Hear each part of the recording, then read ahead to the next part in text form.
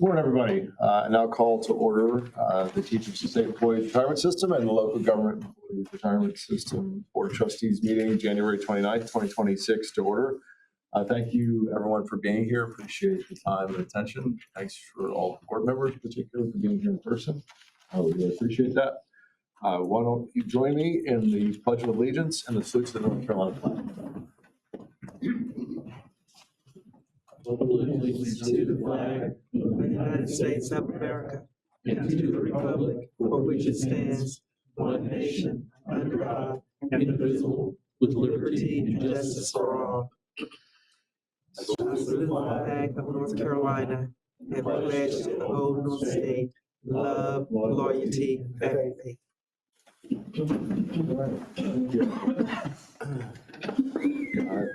Number of announcements as typical. First, if anyone wishes to make a public comment, sign up or email Patty Hall at patty.hall@nctreasurer.com. That's PATTI.HALL. Please note that this meeting is being recorded and will be posted online with the other board materials. We ask that you please mute your phone or computer if not speaking. We'll be taking a roll call by name for all votes. Unless there is an objection, a motion and a second will be counted as yes votes. Board members who are joining us remotely, if you must leave the meeting at any point, please announce your departure. If you return, please announce your return as well. These items must be recorded in the meeting minutes. Likewise, if you're remote, please state your name before speaking. Finally, texts or other recorded communications between board members during the meeting, even on personal phones or public records to the extent that they concern the meeting. We'll now do a roll call for attendance. Treasurer Briner. Here. Mr. Winston. Here. Mr. Ebbinghausen. Here. Mr. Smith on the phone. Mr. Brewer on the phone. Ms. Reader. Here. Ms. Blunt from O Green. Here. Mr. Holly on the phone until he gets here. Yes, I'm here. And Ms. Thornburg Here. and Ms. Meyer. Here. The LGERS Board, Treasurer Briner, Here. Ms. Pender. My phone. Mr. Bob Zine. I'm here. Oh, he's here. Okay. Ms. Bye, Certain.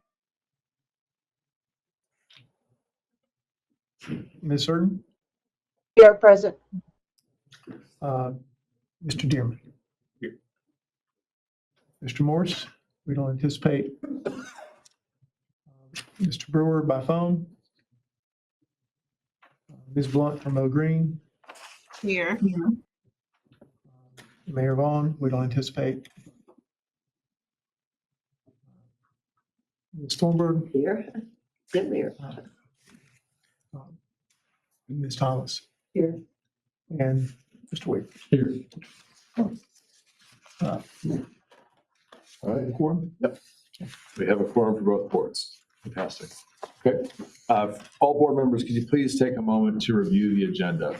Does anyone present or virtual have an actual, potential, or the appearance of a conflict of interest in any of these matters? Okay, hearing none. We're going to move on to the TSERS consent agenda. The agenda and meeting materials were transmitted to the board last week, and we provided written answers to questions from board members on agenda items. Are there any requests from the state board to move an item from the consent agenda to the regular discussion items? Treasurer, Ms. Ms. Elders. Right. Okay, hearing no requests, the consent agenda items for the state board are the adoption of minutes from the October 30th, 2025 Board of Trustees meeting for TSERS, adoption of the resolution of appreciation for the service of Vernon Gammon, adoption of the resolution of appreciation for the service of Thomas Causey. Are there any objections to adopting the consent agenda? Hearing no objections, the consent agenda for the state board is adopted. Back to the recognitions here in a second. Let's move to the LGERS consent agenda. The agenda and meeting materials were transmitted to the board last week, and we provided written answers to questions from board members on agenda items. Are there any requests from the local board to move an item from the consent agenda to the regular discussion items? Ms. Certain has a correction on the minutes, and so the objection, I think we could make the correction, so that to not have to bring it back again next month, or next quarter. Technical corrections. Right. Yes. So other than that, hearing no other requests, the consent agenda items for the local board are the adoption of minutes with the technical correction from the October 30th, 2025 Board of Trustees meeting for LGERS, adoption of the resolution of appreciation for the service of Vernon Gammon, adoption of the resolution of appreciation for the service of Thomas Causey.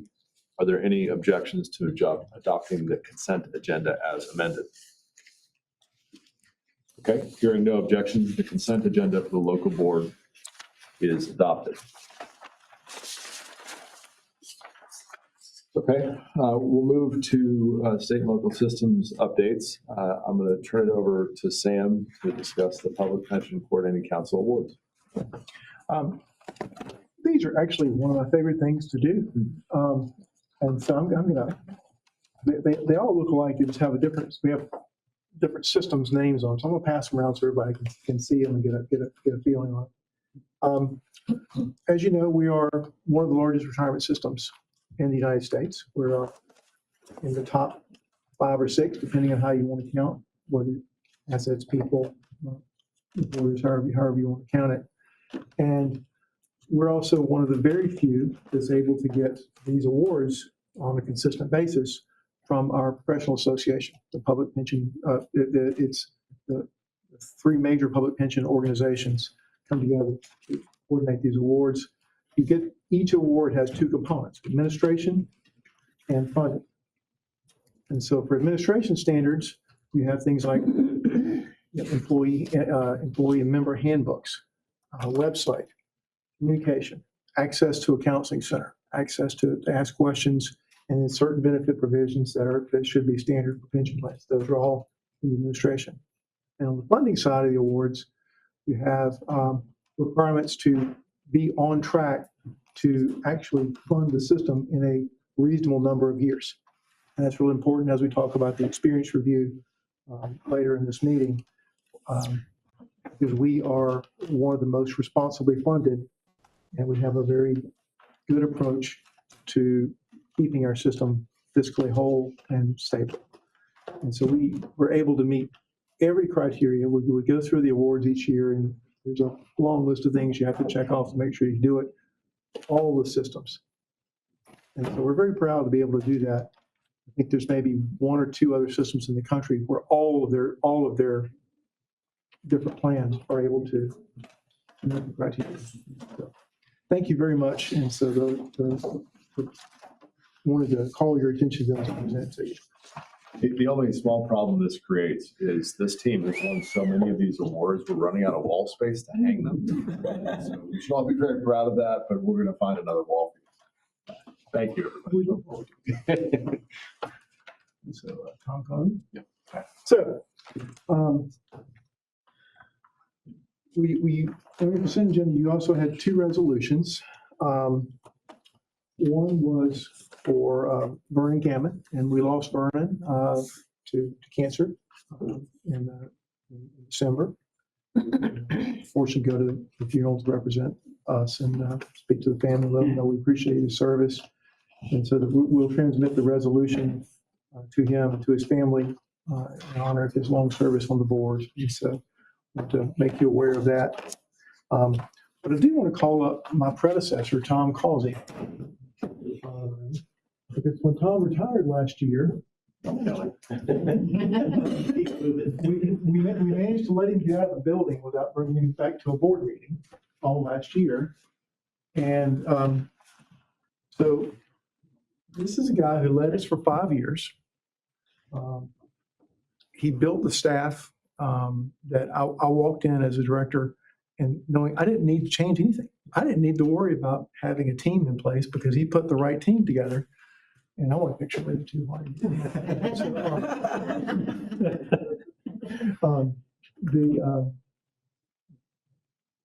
because people liked working for you. And I always wanted to try to emulate that. They enjoyed being around you and being with you.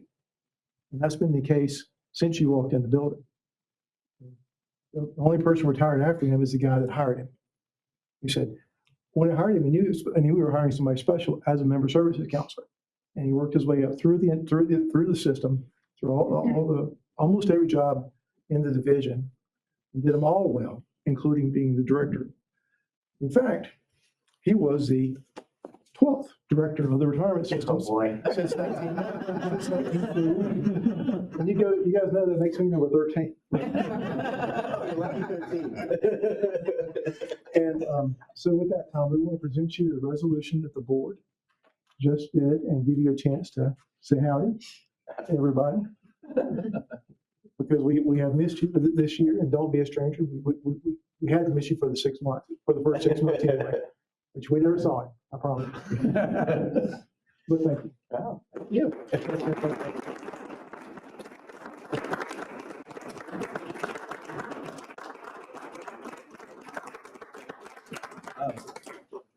No, I really, thank you, Sam. Thank the boards for this. I did truly enjoyed working for the retirement system. When I first started working as a counselor, I tell people, this is how much I got paid down here. And worked my way up, and over the years, I had so much support from everyone. When I took over as director, Sam knows it's kind of difficult taking over as director, but when I took over as director, I had a lot of support from not only the boards, but I had support from the staff. And when I say staff, it's not just retirement staff, well, the IT folks left, but it was IT and other divisions.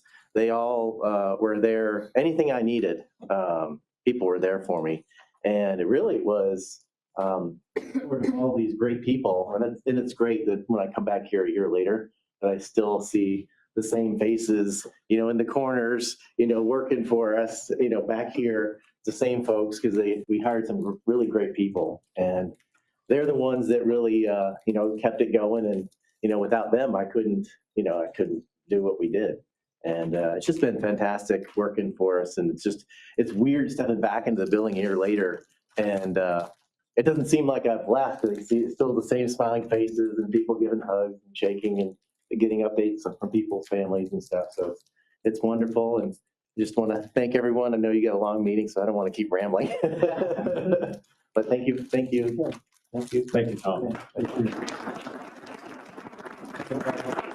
Hopefully, 13 works for you. I'm gonna hang around it, so I'll go back up. Lucky 13. Yeah. Thank you, Tom. I appreciate everything you've done so many years. Okay, let's move on to the policy planning and compliance update. Patrick Kenlaw. Good morning, everybody. Good morning. This is Patrick Kinlaw. I'm the Director of Policy Planning and Compliance at the Retirement Systems. Our team works to ensure the long-term health and sustainability of the retirement systems. This morning, we have several updates for you, which are summarized on the first page here of the presentation. We're going to give our quarterly update on having to do with overpayments. The bulk of our update is background for purposes of the actuarial topics of today's meeting. And we'll also describe a few miscellaneous items that are in your meeting appendix. So moving to page 2, this is the quarterly update having to do with when there's been an overpayment and staff determines that it has been entirely due to administrative error on the part of the retirement system. There have been no situations like that in the past quarter that have been either approved or denied by staff. Moving to page 3, again, this is the bulk of the update. This timeline may look familiar to you. We've been looking at it, I think, for a whole year now, because we wanted to have this timeline before us over the past year because it was a special year for the actuarial processes. Not only has Gallagher, our actuary, done the work that they do every year, which is to do measurements of all of our retirement systems. But they also did a major project that happens only once every 5 years, which happened to be last year. And that's called an experience study. And that's where they look at all the assumptions and methods that these boards make. And they review them and say, well, is there anything going on in the world, observations we have about the population, or anything else that would make us want to adjust those assumptions? And so you may remember Gallagher in October, they presented all their annual work, but they also spent quite a bit of time presenting this 240-page report on their experience study, which is in the appendix to your board materials today. The idea was that Gallagher would present that in October, and then today would be the day that the boards act on that experience study by actually adopting the recommendations from Gallagher. Gallagher will be here, they're here, but they will be up here shortly to tell you an executive summary of the experience study. But a few things that came through to us as staff that they were recommending. One was that they were not recommending any change to the assumed rate of return on investments. That's 6.5%, and they're not recommending a change to that. They are recommending a change to the assumption about future salary increases for public employees based on observations over the past 5 years. They are recommending updates to life expectancy assumptions for different groups of retirees based on US and North Carolina experience. And they're recommending that we take the period of time that employers have to pay down the unfunded liability, which is currently 12 years, and extend that to 15 years. And that was based on guidance from actuarial professionalism groups and government finance experts. So Gallagher will be here to tell you more about that in a little bit. As staff, I just want to underscore, we support the process that Gallagher's followed. It was a really thoughtful, really thorough process, provided lots of opportunity for the retirement system to give them feedback along the way. So we thought it was a great process, and we're happy that the boards have this opportunity today to adopt the assumptions that are being recommended. Another item on the timeline for today is that the boards in January make their typical annual recommendations to the legislature about benefit and funding levels. So I'll be up here later today to talk to the state board and then the local board about those recommendations in a bit more detail. So that's in the January part of the timeline. If you look ahead on the timeline, there's another looming actuarial project for April, which is the funding policies known as the Employer Contribution Rate Stabilization Policies, or ECRISPs. That is a policy that sets the board's thinking about making sure for the next 5 years or so that contributions are going to be stable and sufficient into the retirement system. So the current versions of those policies will expire in about 1.5 years, June 30th, 2027. So it is time now to be discussing what those policies will look like in the future after that. This is a great time to be embarking on that because you'll have fresh assumptions and methods that the boards will hopefully adopt today.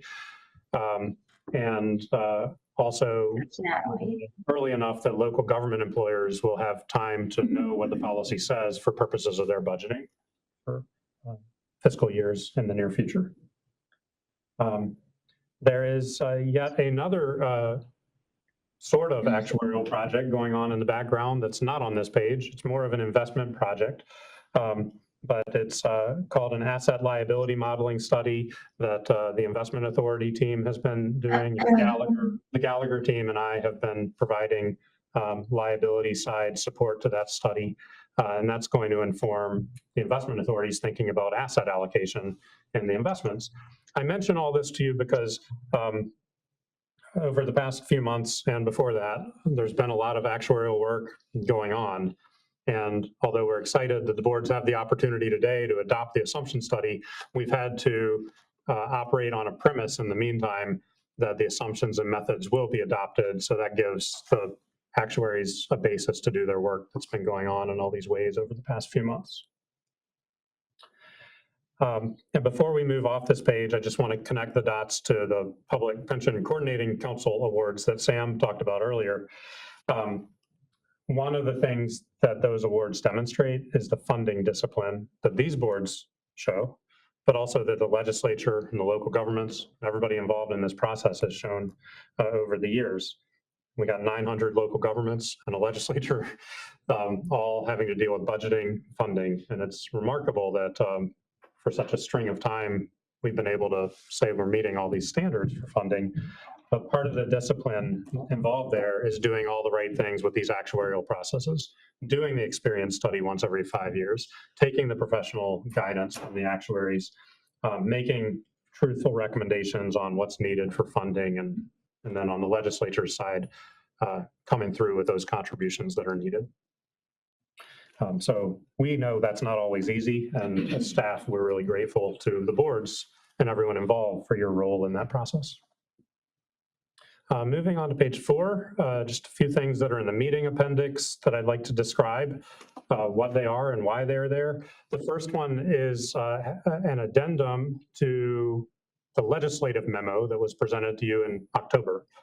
In October, we were here, presented a memo on all the actions of the legislature during 2025 that had affected the retirement system. There was one law that passed after that appropriated funds to the retirement system for cloud-based document storage. And so that's described in the addendum. When we put this up on our website, it'll be a version that includes the previous memo and the addendum all in one place for the public. Second is a document on the reemployment earnings limitation for 2026. So retirees who come back to work for an employer in that same retirement system, but not in a job that requires being a member of the retirement system. So for example, if they come back to work in a temporary or part-time job or that kind of thing, they're allowed to earn up to a certain dollar amount for the year before their pension benefit will be suspended for the rest of the year. And then once they go over that dollar amount, it does get suspended for the rest of the year. That dollar amount increases every year with inflation. So for 2026, that limit is $43,300 that they can earn, or half of their pre-retirement salary increased for inflation since retirement. If that's greater, they're allowed to earn that greater amount. So there's a document in there just for the record documenting that amount. And then just as a reminder, to retire in the first place, the person cannot have any prearrangement to come back and perform work. And they also have to observe the waiting period that Mr. Causey so diligently observed. We talked about it's 6 months for state employees and 1 month for local government employees. The third document described here is a frequently asked questions document about cost of living increases, commonly called COLAs or one-time supplements. And the purpose of this document is, you might remember last year we had a report pulling together various sources of information about COLAs for the boards. And this is to replace and build on that report in a question and answer format. So you'll see types of questions in here, like what is a COLA in the first place? How much does it cost these days? What is the board's authority? What is the legislature's authority? Why has it gotten more expensive to pay for COLAs over the years? Questions like that. We think of it more as a policy-oriented document than like a public communication document, but we will put it on our website for transparency for anybody who wants to read about the policy details. As far as some of those questions pertain to this year, we'll discuss them more later, but the basic fact to get our minds around is that Gallagher has found there were no actuarial investment gains that could be used to support paying for a COLA this year. The investment returns through 2024 were not enough to show that there was a 5-year average investment gain. And even for future years discussions, the investment return for calendar year 2025 was a little less than 13% based on the latest estimates we received from the investment authority. And that was strong, but it wasn't enough to establish a 5-year average gain for the end of 2025. So when we talk about the alternatives available to the boards later today, they're going to be limited by that fact. The fourth thing on this list is the 240-page experience study report that Gallagher presented to you in October. That's here for reference in case we need it today, but they do have an executive summary that they'll go through when the time comes. And fifth, we have the state's annual comprehensive financial report, or ACFR, for 2025. The Office of the State Controller published that in December. Our office provides significant information to the State Controller's office on retirement, which is in note 12 of the ACFR, as well as some of the required supplemental information that has to be disclosed. Just a related note on that topic is that as part of the ACFR process, the Office of the State Auditor engages an actuarial firm called Gabriel Roeder Smith, or GRS, to come in and review the processes that Gallagher uses in their measurements, as well as the processes that the State Health Plans actuary, Siegel, uses. And we have been told by the State Auditor's Office that GRS found that all the calculations are following government accounting standards and actuarial standards of practice. All the assumptions are reasonable, all the methods are reasonable. And that's great, reassuring news. We're working on getting documentation of that from the State Auditor's Office that we can share publicly. But it's reassuring to know in the meantime. And it's just, again, underscores the solid process that an outside actuary can come in here and see that the assumptions and methods are reasonable, and it avoids some problems that could occur if they found otherwise. So that is a summary of some of the things in the meeting appendix, and that concludes my update today. Sure. May I add one note of commentary on the list you see just on this slide, all the work that Patrick has done, and the actuaries that Gallagher have done. It is all disclosed, publicly published on our website. Every single page of it, there's not a bit held back. One of the criticisms of 10 years ago was that retirement systems were not transparent enough. And so I think we were quick to answer that. We're saying, okay, we'll show you everything we got. We don't hide the ball, any major topic or any report we have. And so that is our organizational culture, and we're proud to be able to do that and to show the public how every dollar is spent in the retirement system. Any questions from any board members for Patrick? Okay, thank you, Patrick. Thank you. Let's move on to member services with Courtney and Tanya. Thank you all for being here.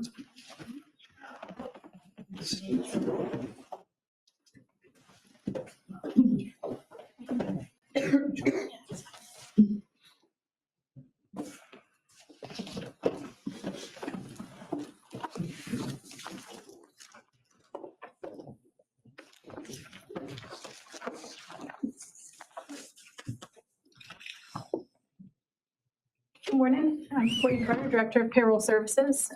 So January is a huge month for payroll. On January 5th, we released the digital 1099s and W-2s for all of our members. We were glad to get that done on the second business day of the year. As of January 16th, all of our paper versions of both forms were mailed to all of our members. And everything has been uploaded to the required government websites for each of those forms. So we were glad to have that completed early this month and ready to go. Last Friday was payroll day for January payroll. We paid just shy of 380,000 members, and we've kept our paper checks at about 1.7% of the total we pay each month, which we are always looking to decrease, but is a good number nonetheless. On the employer reporting side, we continue to see a large number of agencies working with new payroll software vendors. We continue to ask the agencies to let us know as soon as they start with a new vendor. There's a lot of testing that goes in. We find that payroll vendors do find some complications in getting their files the way we need them to be to come into orbit. We are also noticing that there are a lot of vendors advocating for a lot of automation in these systems, which has caused some difficulty if there is an issue with the file, for the agency to be able to correct it. If they don't touch it ever and don't know how to get to the file, it can be complicated for them. And I'm sure these are things that cost additional money to our agencies. So we want to make sure that they are paying for automation that helps them get what they need and get us reporting in a timely manner. So those are things that we are encouraging agencies to be aware of and to reach out at the beginning so we can help them with how those decisions work.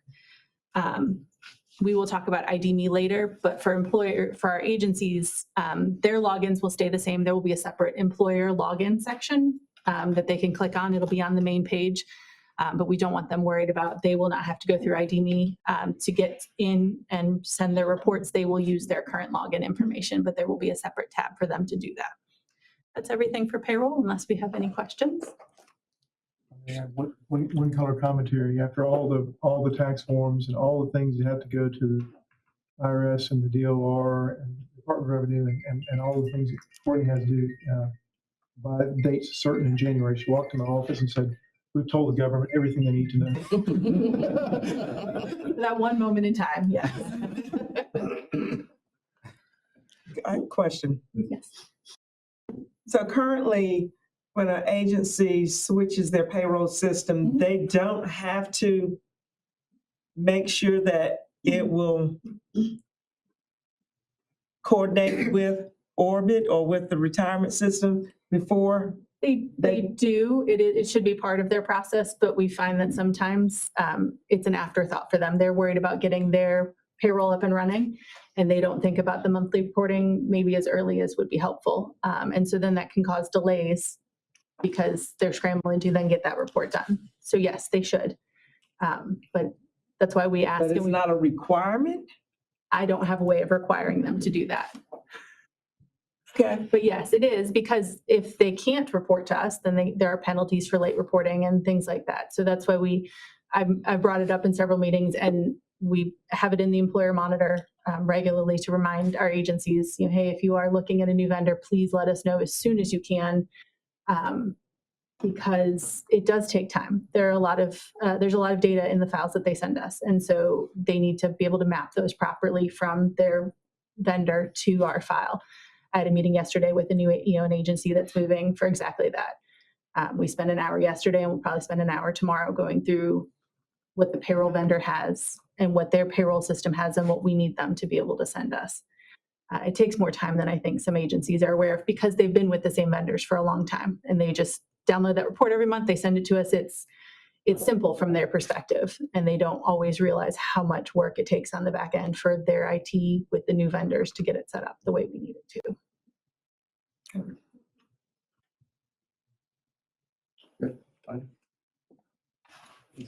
We'll go. Okay. Good morning, Mr. Chairman, members of the board. I'm Ron Chisholm, Director of Benefits. Fourth quarter for metrics and the benefits processing team saw its normal trends. Volume of requests and processing turnaround times were in trend or in line with what we normally see around this time of the year. The survivor benefits team was able to decrease their turnaround times from an average of 39 days down to 28 days. There was a slight increase in the death notifications, but again, that's in line with what we normally see starting in December, the first quarter.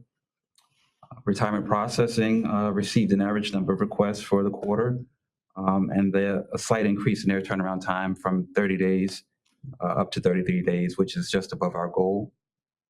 Our disability team continued to show improvement in progress and decreasing their turnaround times from an average of 99 days down to 78 days at the end of the quarter, and we expect to see that trend carry over into this quarter as well.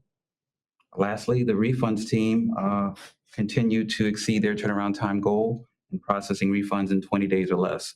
That's important for our members. They like to receive their refunds as quickly as possible. And before I wrap up, I wanted to share some exciting news about our new document management system, OnBase.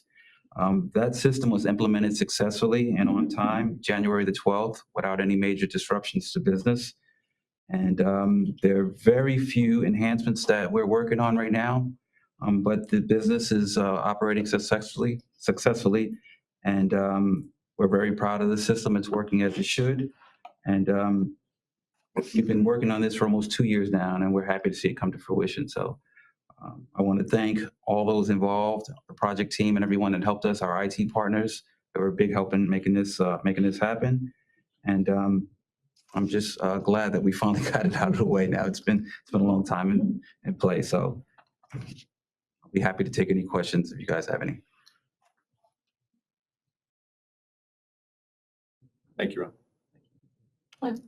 Okay, good morning.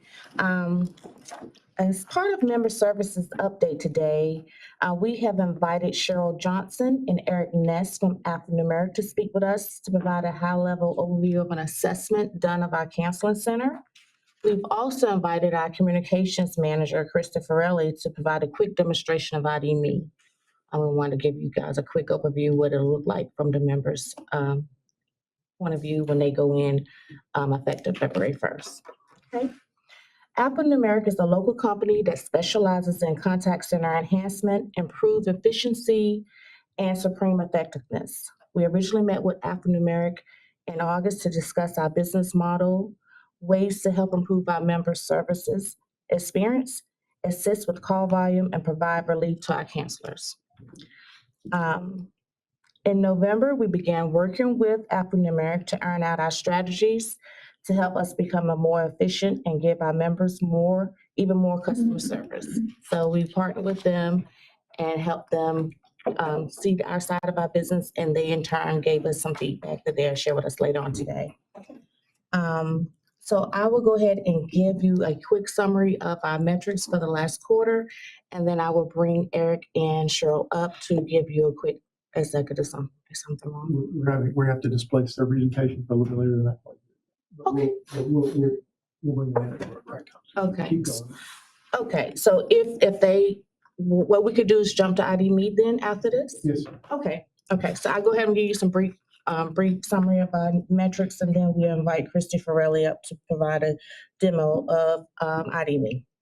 From October to December, we conducted 53 counseling sessions, 25 webinars, and attended a combination of 6 benefit fairs and conferences with over 1,600 attendees. We responded to over 900 chats and assisted 670 visitors at the receptionist desk. We made some internal changes early in October that provided favorable with a 22% decrease of volume in our mail correspondence and a 23% decrease in emails. Our call volume decreased by 27%, our abandonment rate by 34%, and our average speed of answer by 36.8%. This is a great accomplishment for us, considering that most of the time during the first quarter, we were understaffed. I'm happy to report as of January, we have filled all our positions, and we are in the process of training some new counselors right now that should be on the counselor center floor by the end of this month. So right now, as Ron and Courtney stated, we are in our very busy peak season because it's tax season. So having that extra support, being fully staffed, is going to show even more favorable numbers for us and hopefully be able to assist the members more effectively. That is all that I have in regards to the metrics for member services. So we're going to regroup. If we were going to see the report from Alphanumeric, but what we'll do now is bring up Christopher Rowley to give us a demonstration of ID.me. We are on track to go live February 1st. Everything is going well right now. We have worked hard with our IT group. They have been very, very helpful with getting this taken care of, as well as Christy, our communications manager, getting a lot of stuff out there, trying to provide information ahead of go live date. We feel confident that everything is going to be a smooth transition over, and we are hoping to see results from that as well on the customer side, on the member side. Without further ado, I will go ahead and ask Christopher Rowley. Let's do that. Oh, there she goes. As Christy's coming up, are there any questions for Tanya now? she's presented. Come back to that. Okay. Over to you, Chris. I'll just stand right here. Oh, you No, I sure? don't. You want to sit here? So I don't really have a demo per se, but I did want to talk about what we have done since we have got all of the information from IDB and kind of moved forward. On October 28th, we kind of launched our communication campaign, and it's kind of unfolded ever since then. We initially launched some web pages on help.myncretirement.gov. And Lisa, if you just want to press on that right side, Orbit login with id.me. These pages kind of outline the different paths that a member is going to need to take to access Orbit. The first is if you already have an existing ID.me account, that process is very easy. You will log in to the ID.me. You will select that you would like to allow sharing of information with the retirement systems, and it will log you into Orbit. Some people have what they call a community ID.me account. That's not a fully verified ID.me account. It sometimes is a military member or a teacher that may receive a discount. So that's, they have an ID.me account, but it's not fully verified. So they will log into their ID.me account and go through that fully verified process. And then they would allow sharing of information and log in to Orbit. The third type is if someone does not have an ID.me account at all. That process is very easy. I don't think it's anything unlike maybe even signing up for a new subscription with like Netflix or something. The person is going to go to Orbit, click create an account, enter in their personal email address, and then go through the prompts to become fully verified. And again, the final step is allowing that sharing of information. We have 3 different paths that are shown on our website. And what's interesting is since this launch, we've had about 35,000 unique visitors to this website. About 30% have gone to, actually about 39% have gone to accessing Orbit with an existing ID.me account.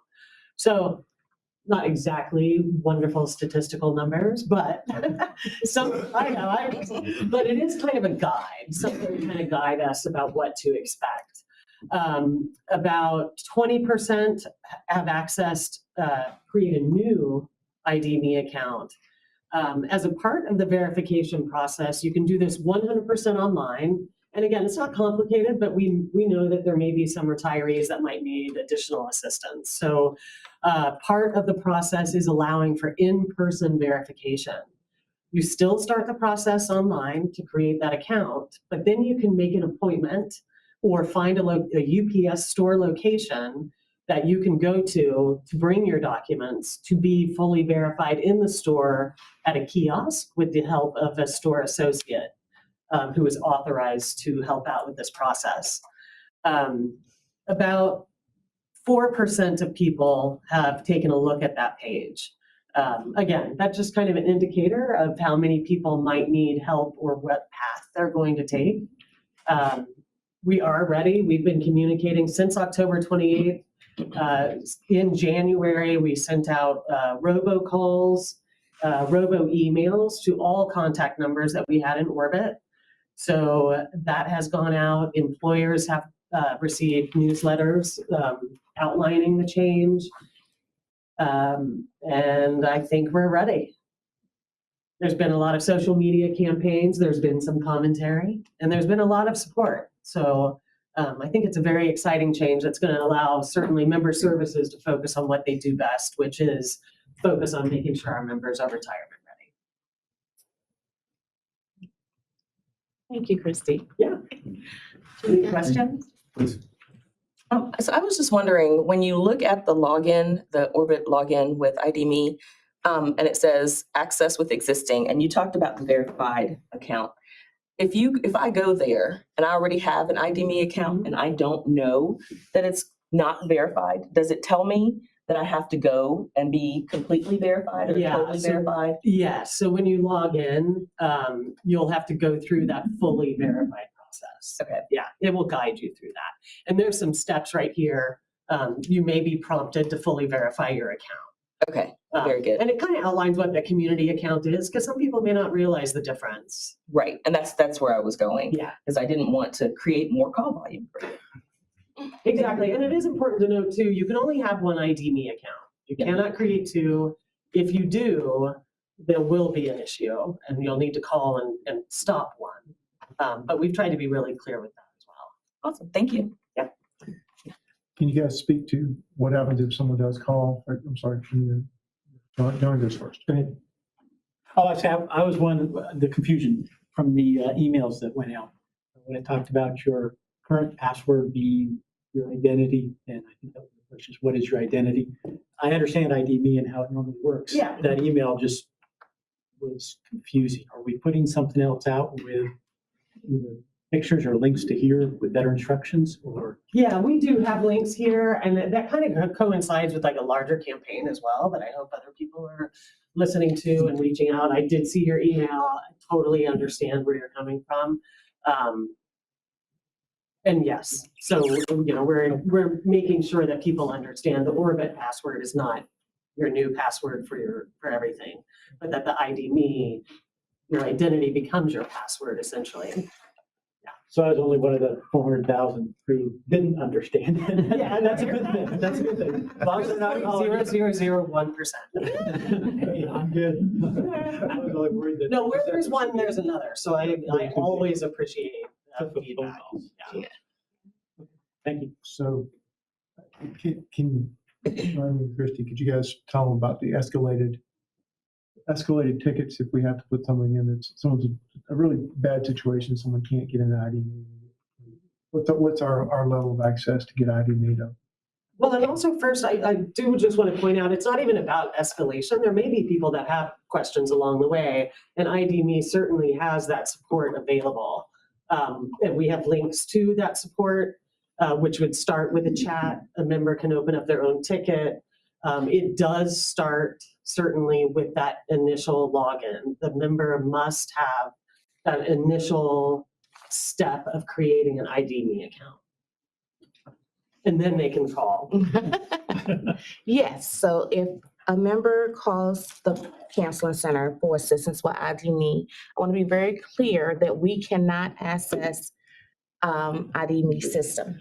Unlike the Orbit self-service where it was ours, we could log in, kind of see where they are, follow them along and tell them where they are and try to navigate them out or to the next place they're trying to go in the system. We won't have that capability with ID.me, but they have armed us with enough information and frequently asked questions to assist the members along the way as to try to figure out what steps they have taken in the system. Oh, you're saying you asked a question. What steps you're taking in the system so we could tell them what the next step may be. They did give us a kind of breakdown, ask certain questions, and if they have done X, Y, Z, then we can let them know what to expect when they go back to ID.me and what they can look for, because they will have to go back to ID.me. Why is that helpful that we know what steps they're taking so we could let them know what to expect? Because sometimes their members will go and say, well, I tried. And with us not being able to see where they are in the system, we have to take what they're saying and try to navigate them to the right place. And like Christy said, they have to start with the chat. If all fails, and they are not successful or they're having trouble, we have trained myself, the supervisors and the team leads to be able to do tickets over to ID.me as high level. And ID.me will respond to them within 24 hours and they will assist them through. And we can look, we have reports to verify that those tickets have been closed out and the members assisted. So we will be able to still track the members' process and progress with ID.me, but it will be with ID.me, it wouldn't be on our side. So if anything, if you help us spread the word that we'll be here to support them, we will not do a ping pong with them. And we do have a way to get a ticket over to ID.me, but we want to make sure we're doing high level tickets so we don't become just a ticket. We want to, when our tickets go over, we want to be priority and we want to stay priority. And in order to do that, we have to have valid tickets, so. And are we still going to retain paper processes for everything? Yes, we are.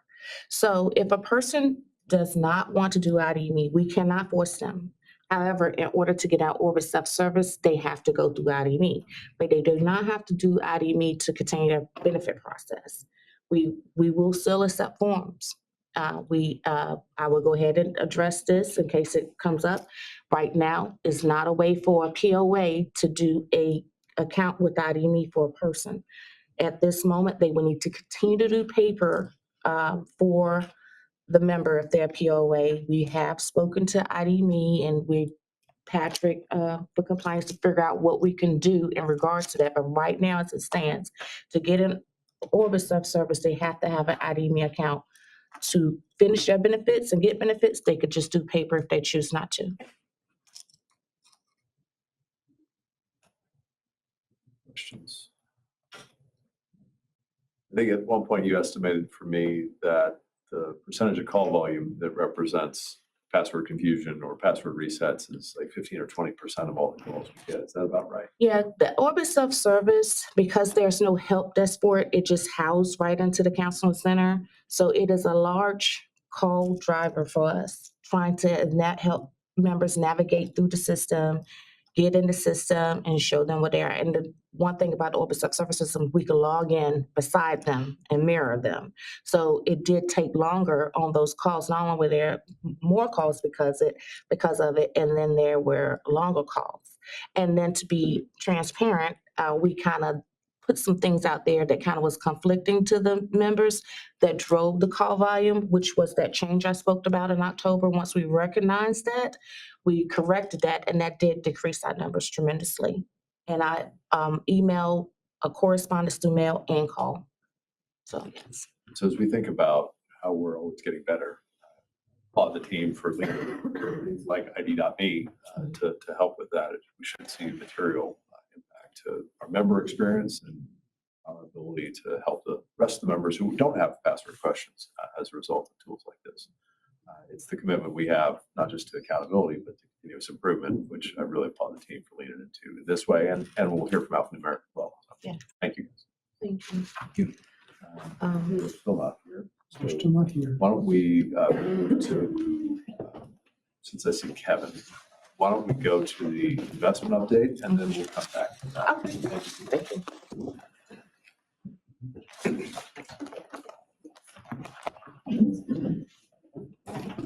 Thanks.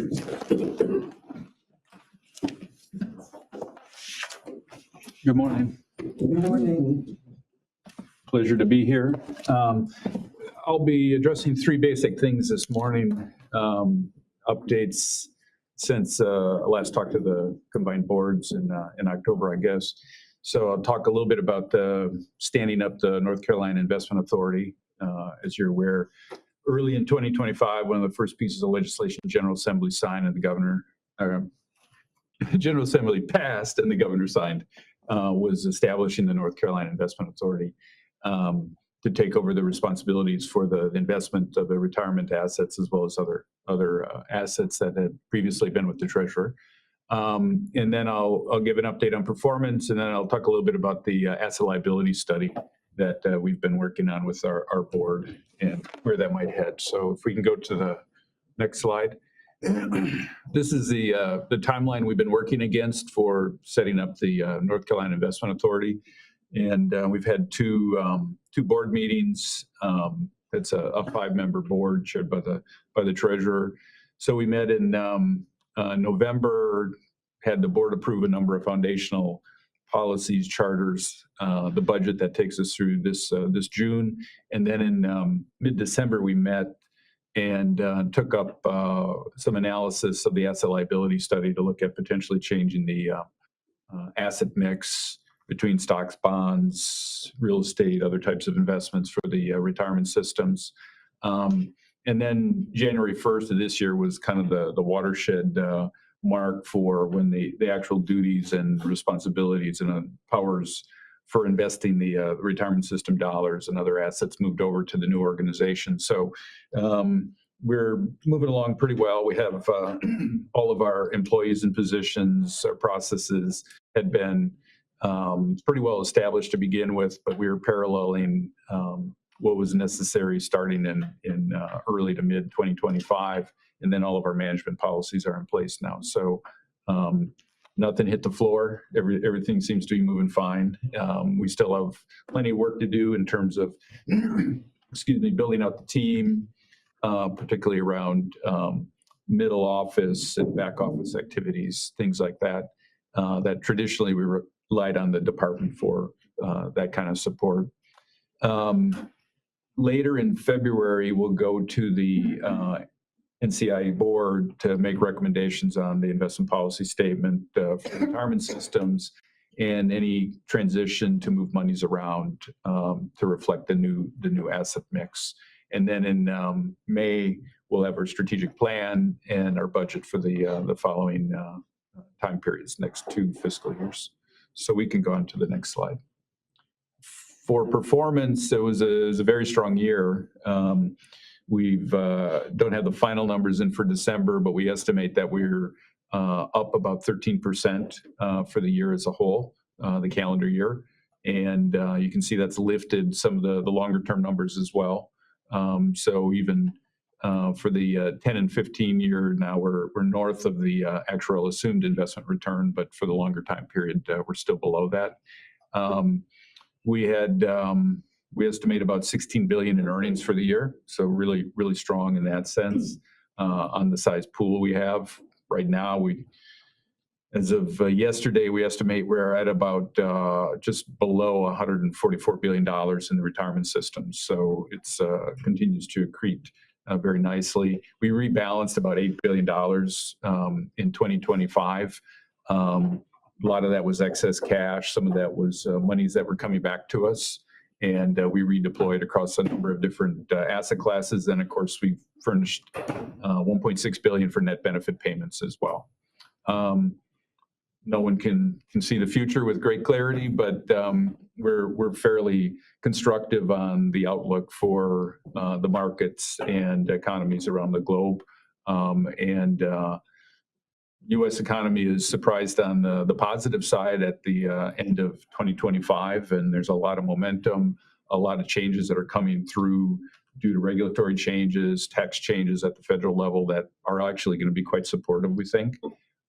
Again, no guarantees that translates into similar types of performance like we saw in 2025, but we're quite constructive, actually. You can go to the next slide. This just shows for 2025 across all of our various asset classes, so where we have the monies invested by type of investment. And public equities, especially foreign equities, did particularly well. And basically all the asset classes beat the actual assumed investment return for the year with the exception of real estate and cash. So that rebalancing of $8 billion away from cash was very beneficial for the retirement systems. And with real estate, the real estate markets overall are still weak in the U.S. in particular. In certain types of investments within the real estate world, red hot, like data centers. Data center development is all over the country, and the world can't seem to build enough data centers at the moment. And then at the other end of the spectrum, we have office sector. In many cities, still the vacancy rates are extremely high. And there's going to take a while to either fill up some of those offices, or some are being converted to multifamily, kind of high-rise condominiums or apartments and things like that. And that takes a long time as well. So I'll switch gears unless there's questions about the performance, and I'll talk about the asset liability study. No? Okay, let's touch on the asset liability study then. You can go to the next slide. I'm sorry, this is the peer comparison. This shows that we have actually closed the gap a bit with our public pension fund peers, the large ones that have more than $20 billion. Our risk over the long term was much, much lower than our public pension fund peers, the average peer, but we've increased the risk a bit, again, by using more cash and leaning more into the stock markets investments we have. So we have closed that gap. Now we can talk about the asset liability study. Okay, so in December, as I noted, we went to the NCI board. And the big picture thing we were trying to understand with the board is really the risk appetite and to illustrate some of the trade-offs that we have. So if we, and I'll show you some of these trade-offs in a bit. If we lean more into return seeking, higher returning, projected higher returning investments, then all else equal, that should improve the returns of the plan, but that also can introduce more kind of variability year to year in the returns that can impact the contribution rates that are necessary from year to year. And then they can also impact the ability to grant COLAs over time as well for the retirees. So we showed the board some of the trade-offs and took the board's temperature around if we do add some risk in different areas with the goal of earning a higher return over the long term, is that acceptable to them? So you can go to the next slide. So I'll kind of describe the array of columns and numbers here, and then I'll talk about the implications. So this shows a simple kind of description of the allocations that we showed our board between equity or stocks, different types of corporate equity or real asset equity, which would be like real estate and infrastructure and those types of investments, and then debt, which are typically bonds, short-term investments as well, like cash, and then multi-strategy, which can be a blend of stocks and bonds and other types of investments. So we show current targets. So this is our long-term strategic asset allocation that is currently in force.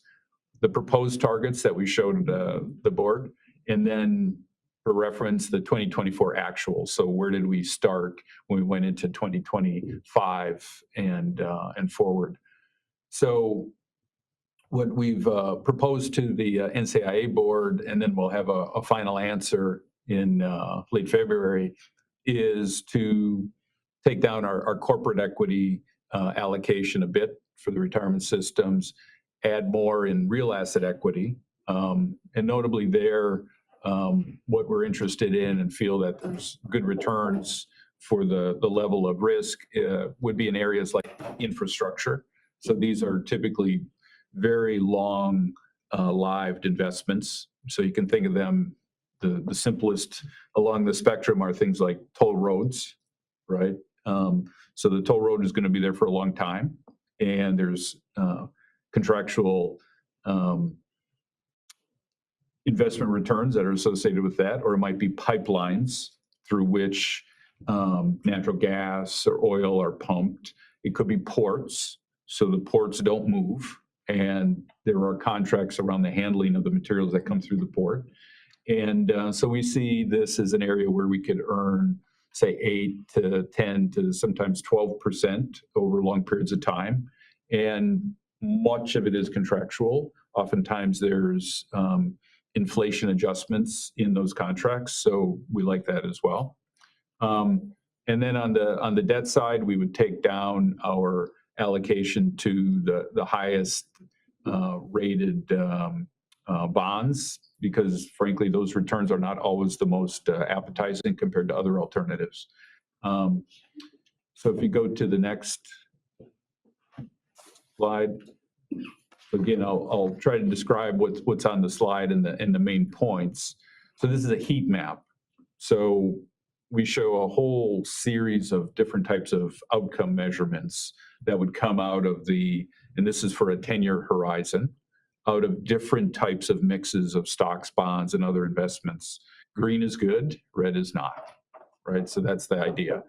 So the columns, the first are the metrics. So we show things like the expected investment return annualized over 10 years, how much the return can vary from year to year. So that's return volatility, the probability of beating the assumed investment return, the actuarial rate of return, which is 6.5. Then we show some funded ratio measures. We show contribution measures. And then the last one is around inflation and the ability to protect the purchasing power of the benefits. So this is related to the COLA. So The columns, that's our actual asset allocation as of end of 2024, our current strategic mix, what's proposed. And then we showed two peers, pensions, and then endowments and foundations. And then the kind of just a passive mix of stocks and bonds. So the simple takeaway is across all these various measures, what we propose, the strategic asset allocation, which I just had on that prior slide, basically is better than the other alternatives that we had modeled by our consultant when we look over a 10-year average. So the return that we expect to earn is a little bit higher, and I'll have a much more complicated slide in a second that has all the numbers. And the volatility is not really a significant increase. It's not as low as, say, when we carried too much cash, which was in 2024, which pushes that risk way down, which is the short-term risk down, but the odds of making the long-term return goes down, unfortunately. It's better in terms of a funded ratio, outcome, contribution rates, as well as on the margin, the ability to protect the purchasing power of the retirees. Okay, so this is a way to try to make it fairly simple in terms of just qualitatively comparing over a 10-year horizon. Again, these are all projections, so we can't guarantee the outcomes. The markets don't always cooperate. We do our best. You know the story. Okay, if we go to the last one, I'll just touch on some of the numbers. So I won't go through every one of these, but expected return, the proposed strategic asset allocation improves the outcome by about 0.5% per year. So it's not a huge increase. And the likelihood of beating the 6.5% actuarial assumed return over 10 years only goes up to about 54%. So wouldn't argue that this is a basis for changing the accrued or the assumed investment return for the purpose of valuations. This just shows that there is on the margin a bit of an improvement if the new strategic asset allocation were to be adopted. The funded ratio is much closer at 10 years to 100%, which we think is a central objective of what we're trying to do with the investment program. Contribution rates are projected to come down modestly. And then the kind of the good news, but not so great news, is when we look at the ability of this new investment return, this new investment policy to improve the likelihood of a COLA during the time period of the 10 years, it improves, but not by much. And so the bottom line is basically there's really only so much that can be done on the investment side to improve the likelihood and the size of the cost of living increases over the next 10 years. This is, just the reality of how much can be impacted by the investments.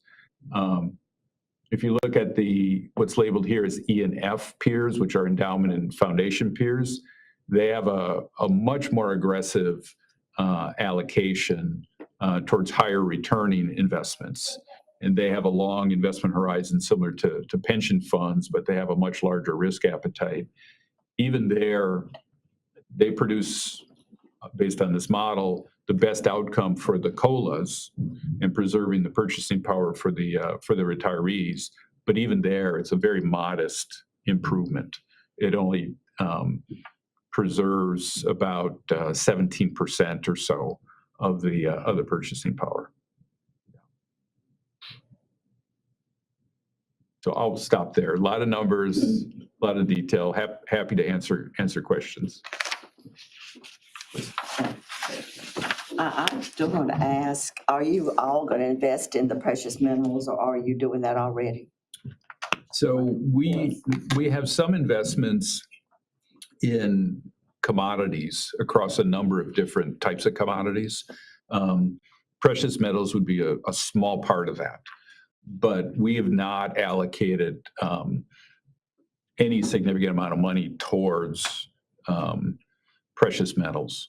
In our stock investments, in our bond investments, there will be companies that are active in those sectors like mining companies, processing companies, and so on, or trading companies as well. But generally speaking, commodities on a standalone basis don't pay any interest.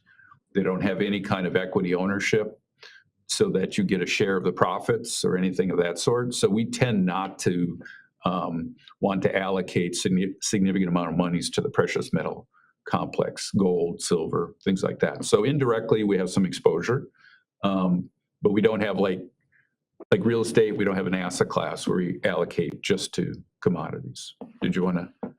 Maybe more generally on the inflation topic. One of the things that I think this program has historically been missing is assets that benefit from inflation. Generally, we've had a lot of assets that suffer under inflation. And the truth is, when we have a lot of inflation, demand, appropriately so, for a cost of living adjustment goes up, but our assets declining in value at the same time.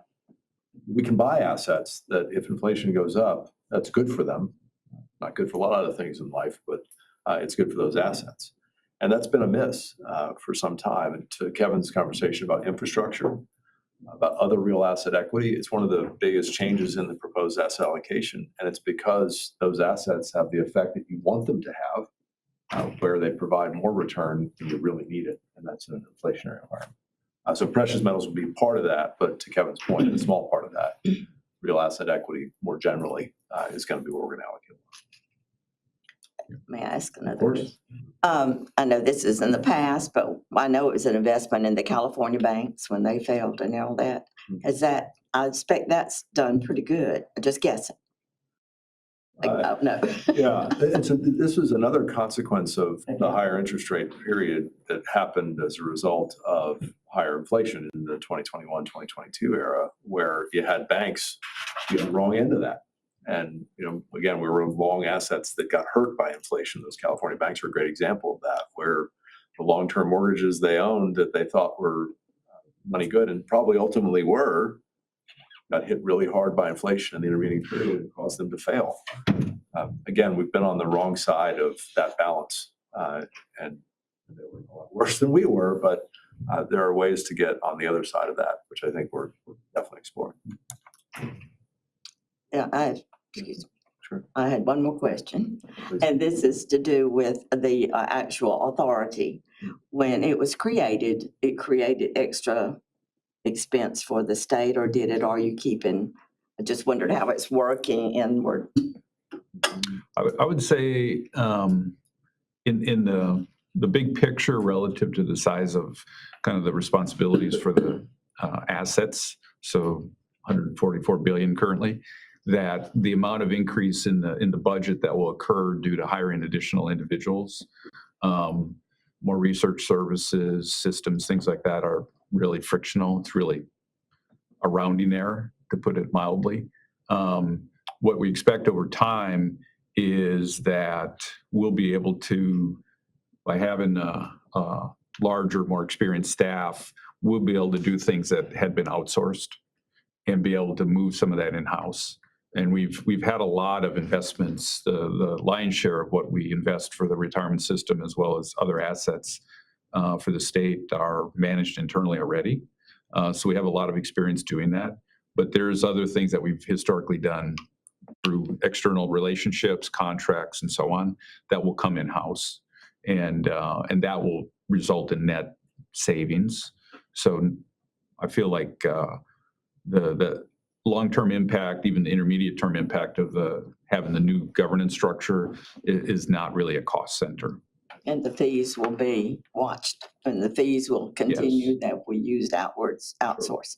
Yes, exactly. I think of our investment costs, it's something like 95% are external, 5% are internal. Yeah, that's fair. Maybe it's even higher. The 5% will go up.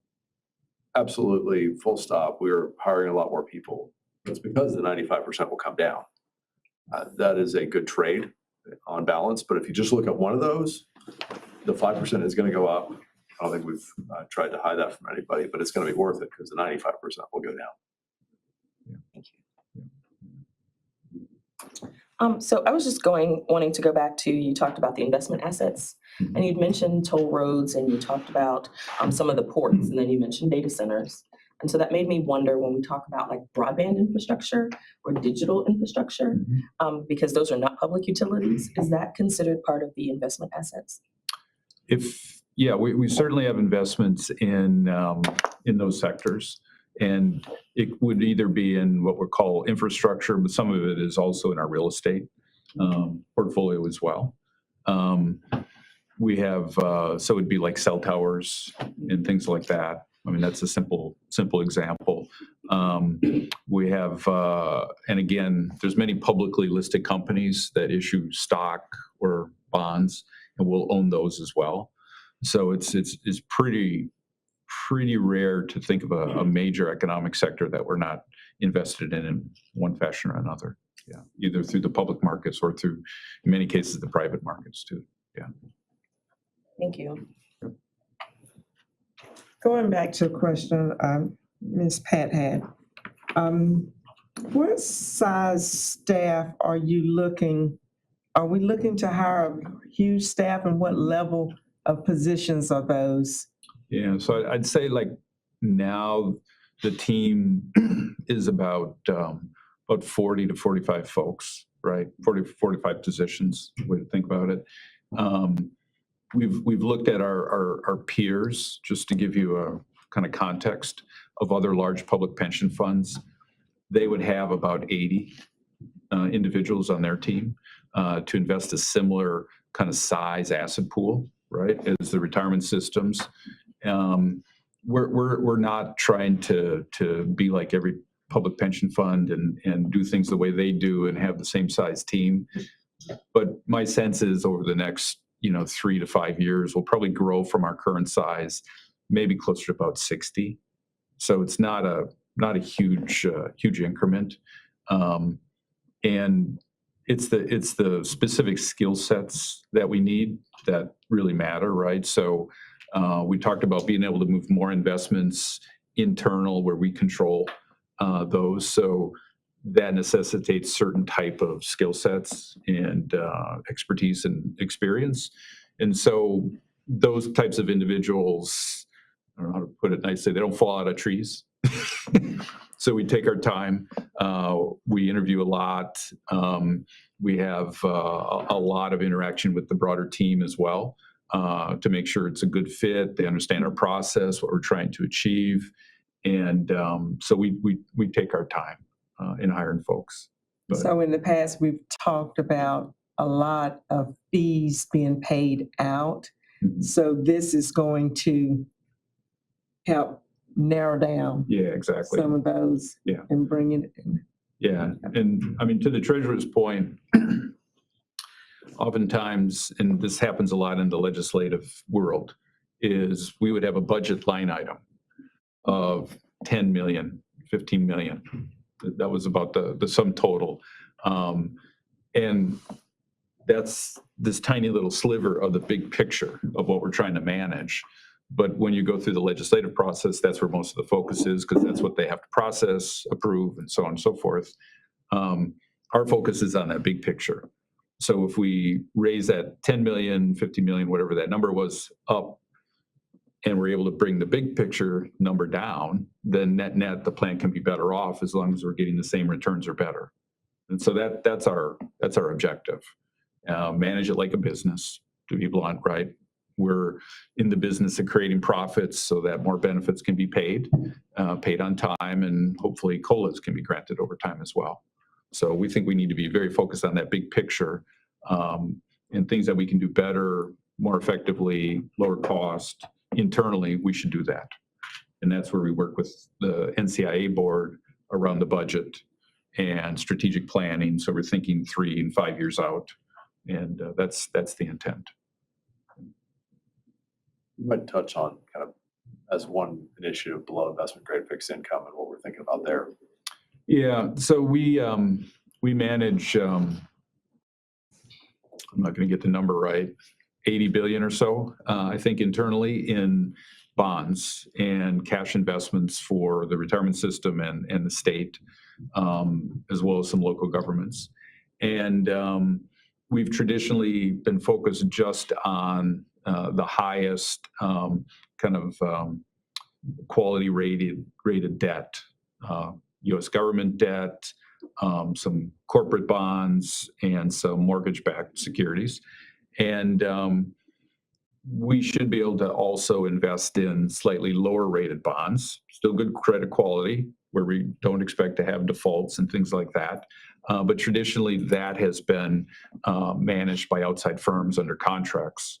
So we believe we can build a team that can do that internally, and that would be a significant savings in terms of the fees that we pay, the overall cost structure, and then it brings with it more control, which is important because, again, we're furnishing the monies to pay the benefits, and having the control over the assets directly has value. So, yeah. Brings up another question. With the loss of the UNC stuff, if we have more people doing that, and I know we already have fewer contributing than we have coming on. I mean, I know the numbers yet, but I'd like to not have asked for those. But if we gonna keep that going, this is gonna change everything. It will affect everything. Are there any stopgaps or penalties or anything to protect the system? For coming out of the plan, you mean? Yes. Yeah, so there is the withdrawal liability. I may be out of order. No, let's kind of go back to first principles. When the employer contribution goes up, inevitably two things happen. The first is we get employers informing us that they really don't want it to go up, shockingly. And then second, you see some employers try to figure out if it's worth it to be part of the system at all. That's what happened with UNC. I'm sure there are other employers, though, they probably would tell me last, that are trying to figure out that now as well. That is a consequence of being at 17% and growing on an employer contribution basis. We can try to manage that, and certainly people will try to figure out ways around that. And so we've got to be really thoughtful about where the employer contribution rate goes to try to mitigate that pressure. Second thing, and this gets right at the asset allocation discussion we've just been having, is what underlies a lot of these assumptions is the belief that people remain in this plan and that they continue to contribute into this plan.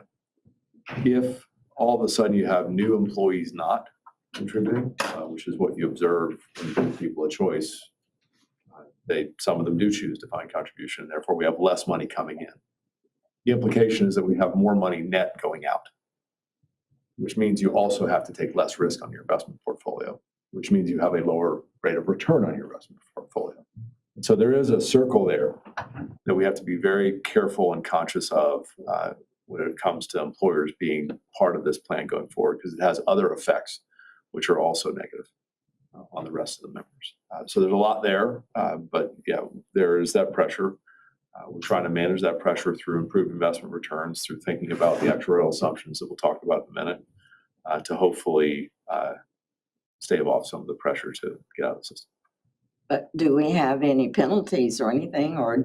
You want to touch on the withdrawal liability? Within the local system, and Patrick or Taylor will help me out with this key pieces here. If an employer leaves, is allowed to leave by legislation or by the board, or not, has the authority, is given authority, they do owe a withdrawal liability. They owe a withdrawal liability. They owe a large sum of money. Now, it only is effective for agencies that have come in after a certain amount of time. Like there's some legislation I believe you may have voted on. As a member of the legislature, Representative McNeil, also from your home county, introduced it and put the law in place so that if you're not a taxing authority and you come into the retirement system and then you choose to leave, you will owe us money. You owe us the cost of liability for the benefits accrued to the employees we'll have to pay out. That same doesn't apply to some of the employers that have been in for the long term. see healthcare. The state system in the same way. Patrick, did you want to else add any, or Taylor? Nothing bad. So we do have that as a tool where we collect the withdrawal liability that certainly people can be exempted from by statute. That's someone else's choice other than ours, but that exists as a tool to help discourage that.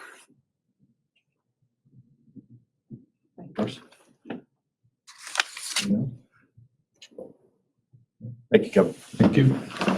Our team this year, now, to be fair, we got ahead, we Yes. moved very quickly to the early part of the agenda, so they're here now, so we can jump back to where they are. As they're making their way up, I just want to kind of get back on the same point that I made earlier, but with them here, it's important. We are very committed to accountability and transparency around here. As you walk around, you'll see on some of the video boards, metrics that each of our divisions have on what they're trying to do and what they're doing against it. And this is not one of those exercises in telling everyone they're doing a great job. We are generally doing a great job, but we can always get better. And so I do have the uncomfortable habit of asking our teams to employ third parties to look at what we're doing and see how we can get better. And that's never fun, and it's never fun to have it on the video board. But I want to just commend our team and applaud them for embracing that. Because it's not comfortable, but it's really important that we do the best we can for the taxpayers of North Carolina. And so Tanya, Ron, and the rest of your team, thank you for indulging me and for being so open and welcoming to the alphanumeric team. We're happy to have them here today to talk about what they learned as they looked from a third-party perspective on what we do in the counseling center and tell you what we're now embarked on and try to improve. So over to you. Thank you. Just a brief introduction. Thank you very much. We want to say thank you for the opportunity to be here and to participate in a consultancy service for your North Carolina Contact Center, Counseling Center. My name is Cheryl Johnson. This is Eric Ness. I'm a director of operations globally. Eric is one of our senior engineers that works in our technical side. We had 3 other counterparts that are working out of the European arena, and of course they can't be here. So, but we're all of our data was pulled from the, next slide, please. All of our data was pulled from different services. Here we had a workforce optimization manager who is in Portugal who ran and obtained a lot of the data for us. And that was from a skill set from May to October. So we had those full months to pull all of the information. We'll talk more about that. I'm not going to bore you about the technical parts of that because you know one thing and I know one, and we're going to get to the right end. So primarily what I wanted to say here is we were brought in to help you do a better job. The mission statement of the Retirement Service Center is provided there. You want to be able to help as many people as you can, as quickly and efficiently as you can, so you can help more. Right now, there's ways to improve that. There's definitely room for improvement, as in all things. The data that we collected was primarily on site for observations. We did staff interviews. We did some call shadowing. We listened to recorded calls. We interviewed your staff. We had our folks out of Europe also do some interviews. And then the data set, as I mentioned, was from that 6 months. So just wanted to give you that brief overview. Okay. So the next slide, we go into what we found, our key data. So the next slide we go into, I wanted to say that we heard a couple of things. One is you cannot control when people call you. Well, no, you cannot. And that is universal for all contact centers. So you always want to look at your variability in calls. You always want to see, is there something driving a large number of calls to come in? And is that why your services are suffering? So we looked at that. The other thing you want to look at is it staffing? Is there other areas where you can work, or is there something outside of the contact center that is causing the issues? So doing a really down and dirty look was what was our root cause. So we looked at the call volume fluctuation, which was the first thing. Is there just something external that is driving these peaks of calls that are making it very difficult for the team that you have to answer the calls and maintain a service level? We found that it fluctuates, but there wasn't anything that stood out that said from month to month to month to month, there was a high peak that was really causing that over time. So yes, it's going to fluctuate, but you could manage that as far as if everything was 100% perfect.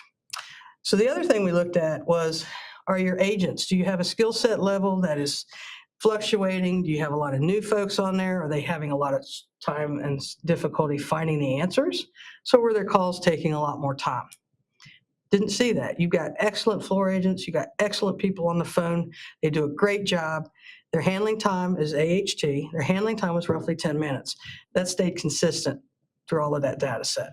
So we didn't see those two primary causes as what the problem was. So we were able to eliminate that. And that handling time is appropriate for the type of work that these people are doing. If you're doing financial consulting like they are, a 10-minute handle time average is pretty typical, whether you're in the state side or the private sector. Correct. And the other thing I wanted to give you just some ideas of, you have 33 agents on paper. You roughly have 29 at the time because there's 3 agencies. But your average monthly calls was about 1,100. And that's what you saw. There's give or take some. January is always notoriously the worst month for every contact center in the world for whatever reason. And 10 minutes is your standard time. So using that, you can draw some really good calculations to how many people you technically need. One thing we did a sub-analysis on was, how long are people, your member services, how patient are your folks that are calling us? Roughly, most of them can make it 2 minutes on the phone on hold, and then they'll hang up. And this is after they've punched 1 for retirement, 2 for disability services, 3 through the IVR. So they've gotten to the point where they're holding. Most of them, about half of them will make it to 2 minutes and then they hang up. Out of those that remain, the other another 41% will drop off at 5 minutes. So as all of us have called contact centers, agent, even when you get to that level, 2 minutes is pretty much your standard wait time. So that comes up in a little bit further. So I just wanted to point that out. Yeah, in terms of perception, if people have been holding 4 to 5 minutes, they think they've been holding 10. That's pretty typical. And we'll hear that in call recordings. Sometimes when we're managing call recordings, we'll listen to it. Somebody say, I was on hold for 10, 15 minutes. And we look and they were on the hold for 6. Yeah. So there's that perception issue too. So go ahead and we'll go to the next slide. And this is still looking at your root cause. So obviously when you ruled out some other factors, it's your staffing. We're looking to see a couple of things. One is do we have a right number of agents? And if we do have technically the right number of agents, where are they? Are they on the phone? Are they available during the times that they need to be there? So we looked at that. Our workforce optimization manager and Eric did some analysis, and we basically looked at the fact that when you start out of the gate every day, you're roughly 5 to 8 FTEs short. And there's some reasons why. Some of them are really easy, quick fixes. Some of them are not. But primarily, if you look at paper and you look at your org chart, you should have 33 agents. You already have 3 vacancies, so that's already down to 30. Then you have people are not robots. They're not going to be there every day. Somebody might get sick. Somebody might have a wedding and want to take the time off and need a vacation. So you've got to adjust and allow for that flexibility of staffing. There's some structural, what we would call structural unavailability, which means your unplanned absences, your folks who have planned leave, and then you have those that are sick and out. So we ran some analysis, and there is a lot of intermittent time that people are not there, and that's very hard to plan for. But that's what's causing a lot more of your deficit in available folks on the phone. So with all of that taken into account, you're already behind the 8 ball, as I would say. So you're looking at approximately 25 people any day you walk in the door when the bell rings to start. So you're already behind. So there are some quick fixes. Some of those are adherence, scheduling, and things like that. But the real issue is making sure that you have enough people that can do the job, that can handle the calls in the timely manner. Based on calculations, it looks like you do, but you don't because of just life. And that's where we wanted to talk about. You want to add anything there, Eric? Okay. So the next slide is what Eric loves to call the hockey stick. So I'm going to go ahead and let him take the slide. So this is the most important thing that we found in doing this. When you, on paper, have 33 people, you've got some vacancies, you're down to 30, but in reality, people want to take the vacation time they're entitled to. They may be in training. Sometimes they get sick, flu season hits. You're running about 25 FTE on the floor on any given day. And you can see here where the performance moves depending on how many FTE you have. That bend at 30 FTE, when you're above that, you've got some diminishing returns, adding one more person, two more people. You can see the slope of that line. It's steady, but it's flatter. You fall below 30, which is where you are now, down to 25. You can see how fast performance drops off when you are short people. So we're down on the wrong side of that slope anytime we're below 30 FTE, and we have a hard time getting this centered at 30 FTE because of vacation time, sick time, FMLA, training time, et cetera. We're just 5 people short every day, and you're on the wrong side of that slope line right there. It's as simple as that. So part of what we wanted to show you is the my left graph that is more purple. That was what we showed everyone earlier. And that, I want to point out, those are folks within a 4-minute hold. Now, service level, or SLA, is basically you're saying how many calls are you going to answer in a certain time period. And industry standards, we're not even going to talk industry standards because that's technically 80% of calls in 30 seconds. So you can staff to that. What we're looking at in this graph is 80% of calls in 4 minutes. So if you remember how the patience of people and how long they're willing to wait, you hit that 2 minute, you're already having trouble. So anytime you don't have that 30 and you're at that crux, it's going to drop very quickly. The graph on the right is a 2 minute. And you can see there's not a lot of variance there, but you do slightly see an increase. The more folks that you have on the phone, a little bit more of a buffer you might have. Again, very subtle, slight changes do have a very big impact. And this is where I come in because I'm in the medical field, but where I come in, who's on the other end of that call? It's your member. In my world as a patient, you want to get to that person because you're not helping them if they're just sitting on hold or they hang up. So we want to get as many people to get answered as we can to make sure that we're doing the services we're there for. Anything else on that slide? Yeah, this might be a bit of an eye test for people in the back, but on the left, as Cheryl pointed out, that's with a 4-minute hold time. Barely adequate. If you want to be perceived as providing good customer service, you want to be over on that right-hand graph, that light blue one. And as Cheryl pointed out, small increases in head count can make a big difference in getting from that 4 down to that 2. So, but we got to be on the right side of that sharp bend at about 30 FTE on the floor at any given time, and we can't get there at present staffing levels. So this is telling our story. Where are we right now? And that gives us the opportunity to say, what can we do? You can always throw staff and bodies. That's always the one thing that you're looking at. But you have to take into account that there's a learning curve, and it takes time. And in contact centers, there's what we call a confidence level. And I always tell my new folks, it's going to take you 3 months to realize you had no clue what you did, and 6 months to realize you didn't know what you were doing at 3 months. So you're looking at a pretty steep learning curve to get folks to be confident, comfortable, know their information, and be ready to go. And I've heard from Tanya and Tim and Sam, let's go even longer because they've got some disability questions. They got some higher learning that's even more complicated. So you can't just get somebody to get them to answer the phone. That's not going to help because you got to have the knowledge.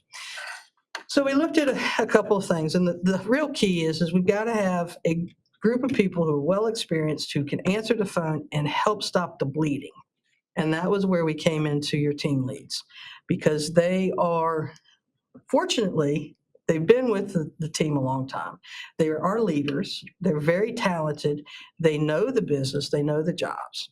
So if you want to go ahead and go to the operational assessment, which was, here we go.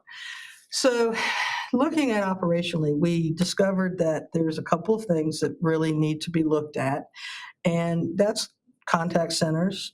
There's accountability, there's leadership, there's what can we do to fix it with what we've got. It's kind of like using the duct tape to get us through till we can get these staff. So you have the 3 vacancies. Get that filled, okay? That will get you there, but they've got that learning curve. So what we looked at was we talked to some folks and said, what about your team leads? The perception was that they were on the phone a whole lot longer than they were. And part of that is, I'm not saying your team leads weren't doing their job, but they had a lot of other responsibilities that they were having to do and not necessarily take the calls. So there was a shift in leadership and accountability, how they managed their day-to-day. And I hope that we've talked about that, and I hope that that's changed. Yes. Great. And the team leads, they're good folks. I'd spent a lot of time with them, and they work very, very hard. And their level of responsibility is quite high. And looking at the pay scales and the discrepancies, there's not a big range between the team leads and the agents. So I wanted to also share with the leadership team that when you have them come back and step on phones, there's sometimes a mental perception I'm taking a step backwards. So that has to be managed quite carefully, because they need to be aware that they're there for getting you out of where you're at right now. Yeah, it's tough to move people out of a position where they're on the phone every day. They get promoted out of that position. Now you're asking to step back into doing their old job. If you don't manage that perception, as Cheryl pointed out, it can be problematic. But the way this is structured, the only contingent workforce this team has when you get peak periods are those 4 team leads. There is nobody else to plug into the gap. So that is a critical decision point. So the next slide, I believe, has what we call a heat map. And that's that top purple box at the top.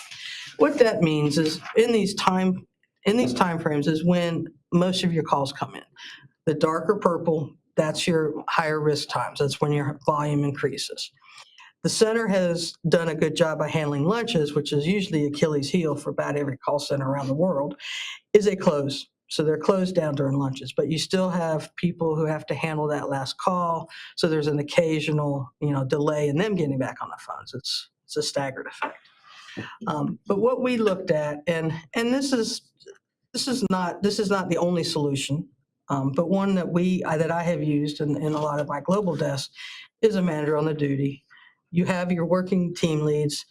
They rotate through. They handle the biggest slots. They answer calls. One of them is not on the phones to handle the queue, to make sure that people are taking their breaks on time, that they're coming back at the right time, that you're not having everybody out on breaks at the same time, that you let them know that there's still a call in queue. You can't close down for lunch till it's answered.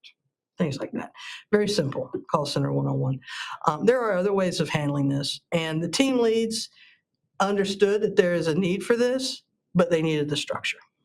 Unfortunately, that is something that was echoed very clearly, so I'm sure that has also been shared. Yeah, really, the main thing to take away from this slide is you've got some areas of peak demand, and we're just working with the leadership in the call center to be aware of when those periods are and use that contingent workforce, what little bit that they have available during the appropriate times.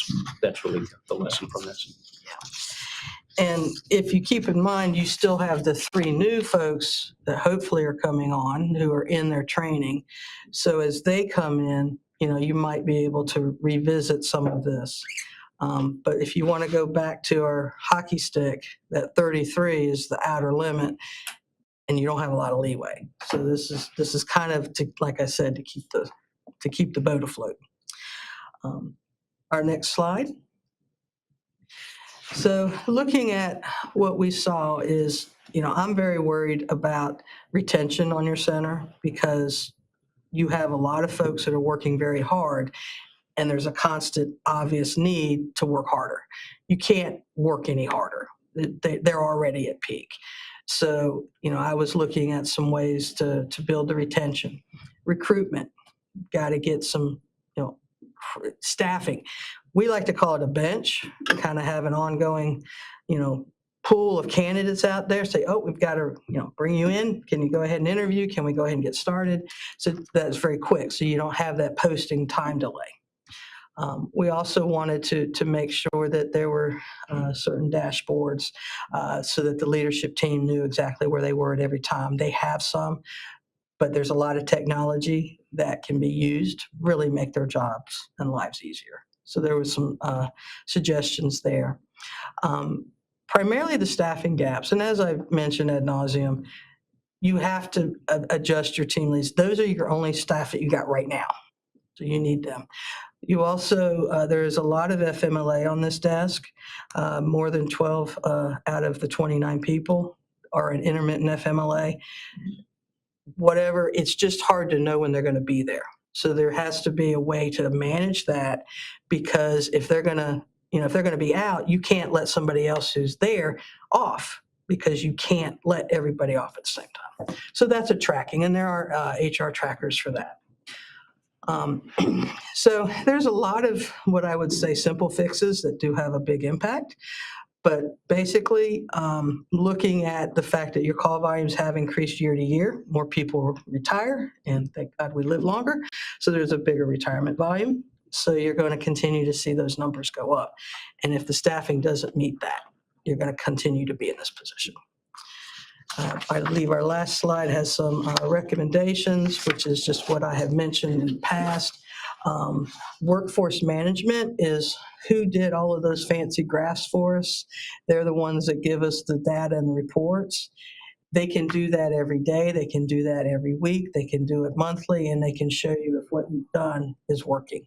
And that's the best way to manage, to see if what you're seeing is accurate. One other little side, we looked at the SharePoint site that you guys use for your database, your knowledge service.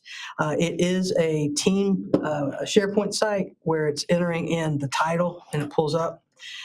I used to use one of those on one of my older desks. What happens is your agents memorize the titles.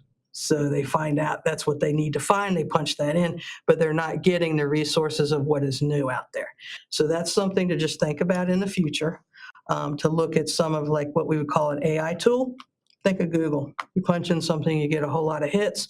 That makes them read what each one is to make sure that they get the most accurate and the most up-to-date information. And it may be something that they get as a response that they didn't think about. So that helps as well. So that leaves us open to any questions that you might have. Is there a plan to follow up on this study 6 months, a year out, or whatever, to measure the success of it? Excellent question. I'm going to leave that to these fine gentlemen right here. Another question, what was the cost of this study? We were actually quite low cost. It came in at $20,000 for the 6 months that we were engaged. Probably less than that. And, yeah, this is somewhat under that, not by much though.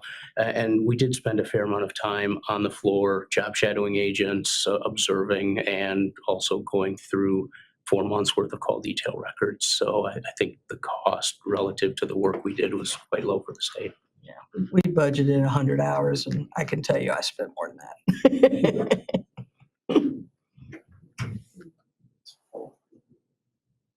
I'll be happy. We are following up, we're working on it. We're constantly looking at this. I mean, obviously the big finding, Eric's first slide there with the hockey stick. Until we put more people in seats, we're not going to be able to solve anything. I mean, we can to solve the problem. We can Band-Aid things, we can make marginal improvements, but those margins aren't going to accomplish much without enough people to handle it. Look at it was fascinating to look at the number of calls each day and how you get to a certain point. Once you get to a point, there's a no return. You're not going to catch up to that day. You said they're already maxed out. They are working at peak performance. And so with FMLA, it's particularly difficult for us, and we have a right to it. Absolutely. And just we're staffed for the right numbers if everyone's there. But we've got to figure out how to put more counselors in those seats. Previously, we had full positions from other parts of the division. As we had productivity gains processing others. We were adding to the call center. We're kind of at a standstill. I don't see other places where we're going to have immediate productivity gains that I would be able to generate positions. I think we're probably looking at needing to put more people. Putting more people, and we'll obviously measure these same items going forward. But we're hopeful that the ID meet, if you heard about earlier, will decrease call volume somewhat, and but that won't happen immediately. That will take some time for that to become part of what's expected for retirees. Understand that.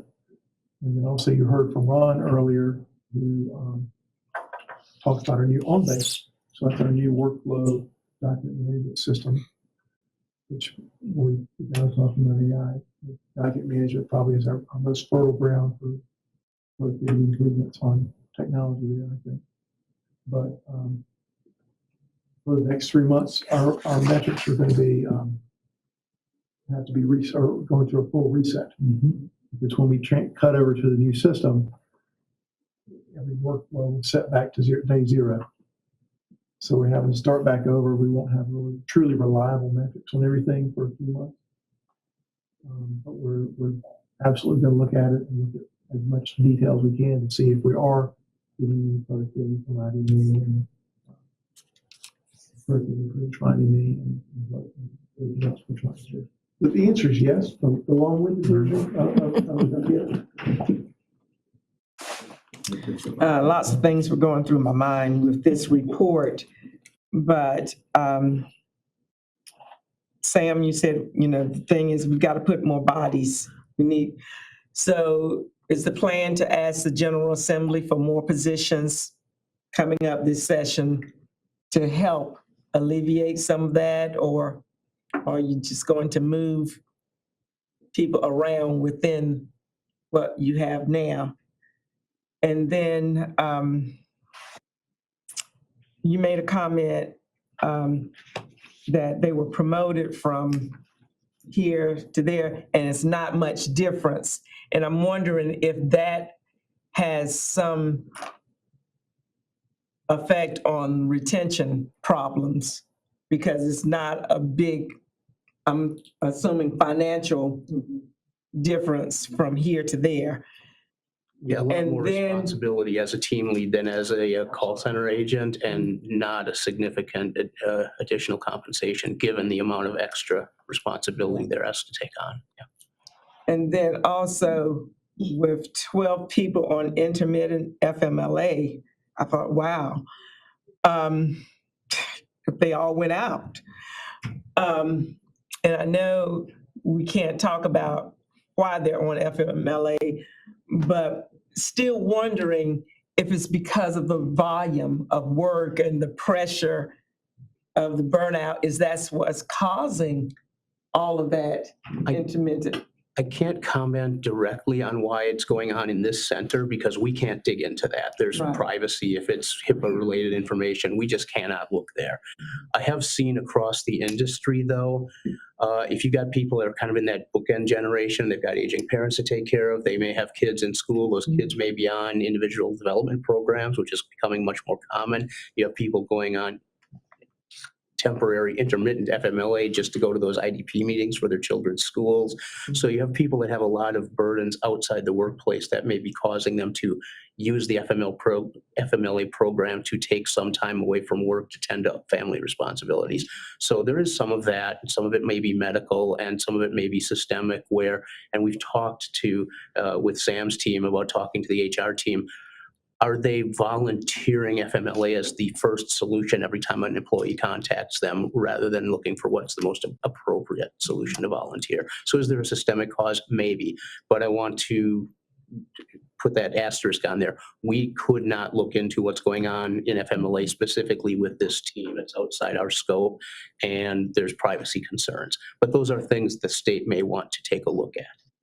I would add one additional thing is that in a contact center, you're much more rigid schedule to the point where you can't, you're scheduled to break to get up, to go grab something to eat, to use the restroom. We call those bio breaks. You could go do it.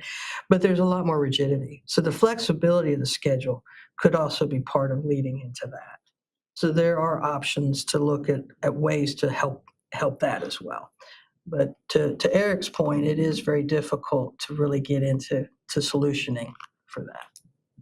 So, three pieces. So the positions, we're absolutely looking at the best way that we can generate more people in the call center.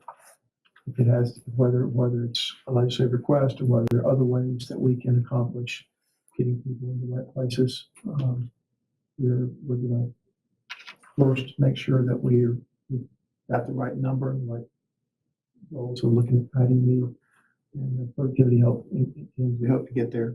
Whether we can allow that and use that to right size our request.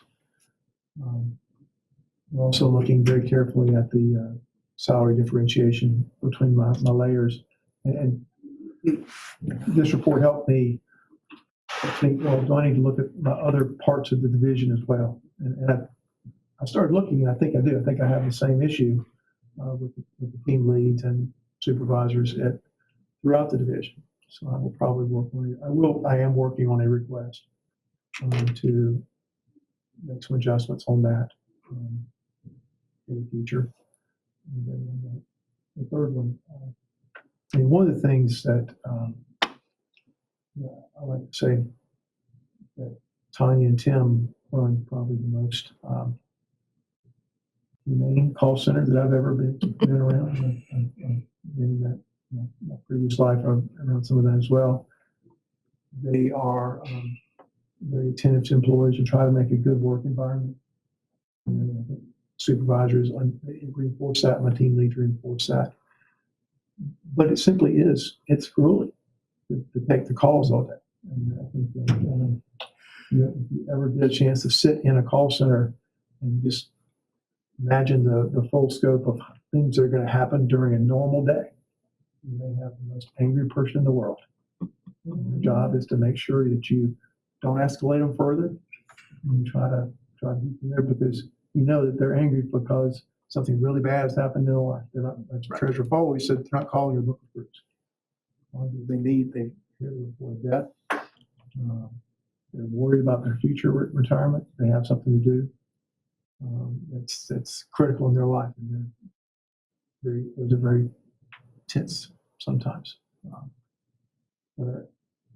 So it doesn't surprise me that the call center itself may have a little higher FMLA than other parts of the division, but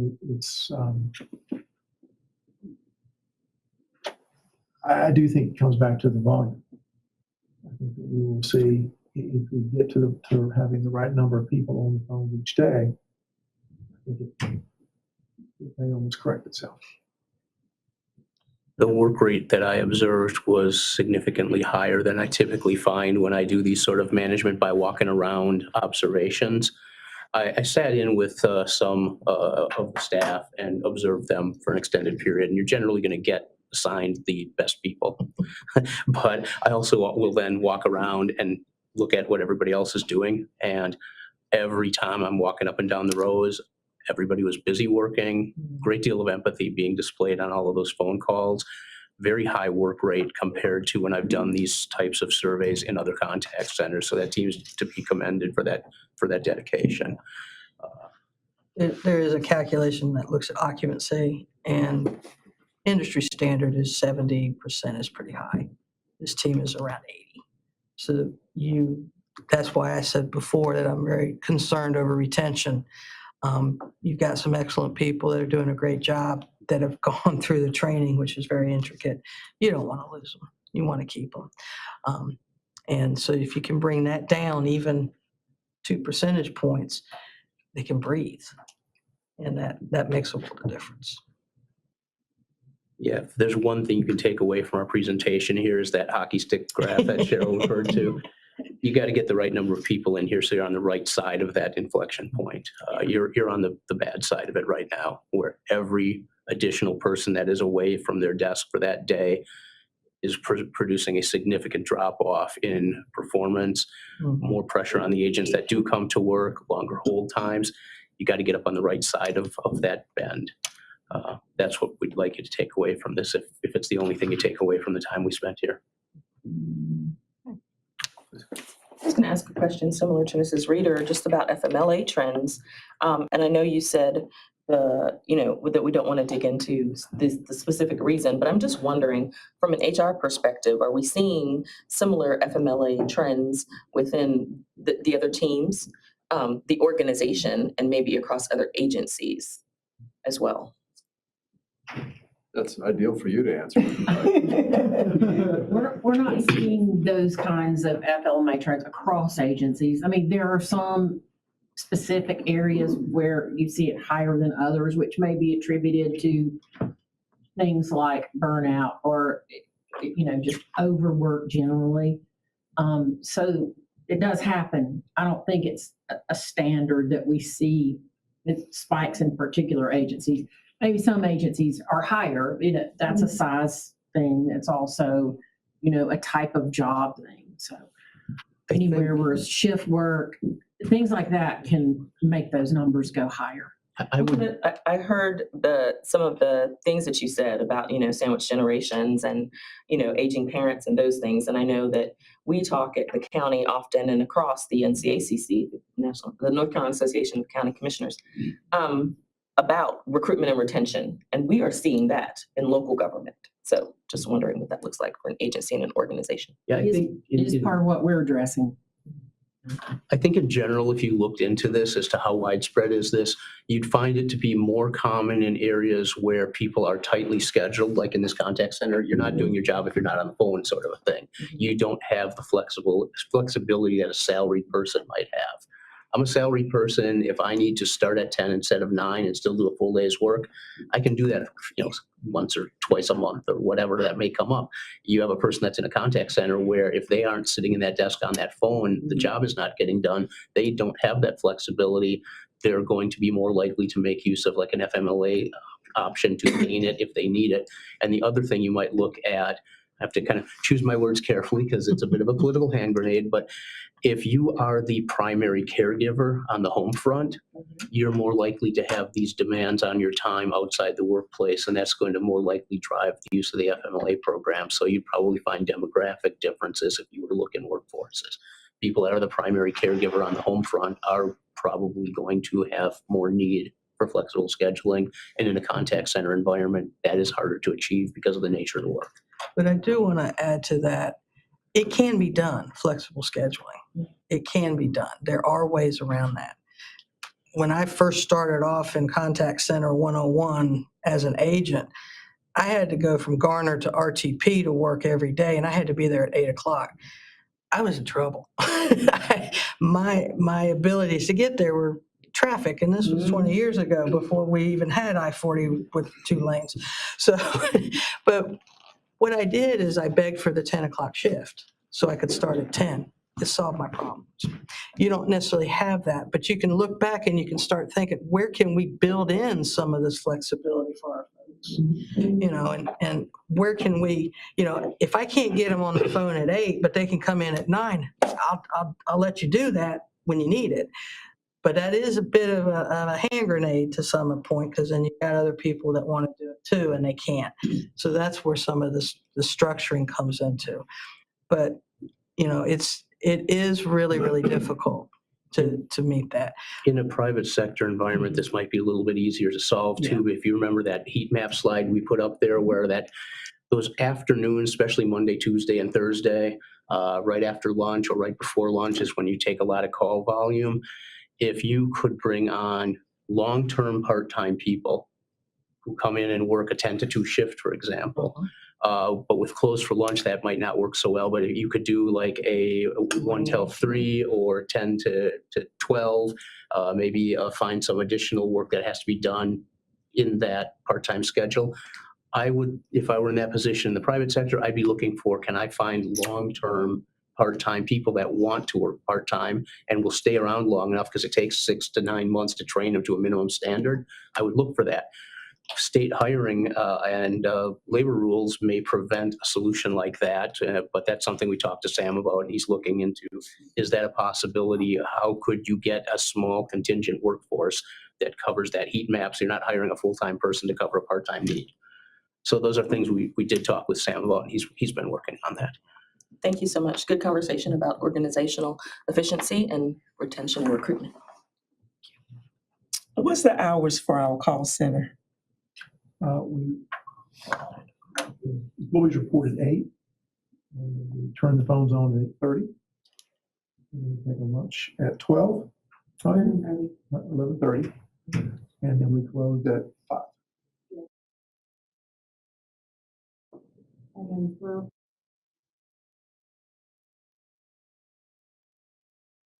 members, contact. That they need to have, so they get a period of day to do administrative duties. And then meetings and to do training if possible. So 8 to 8.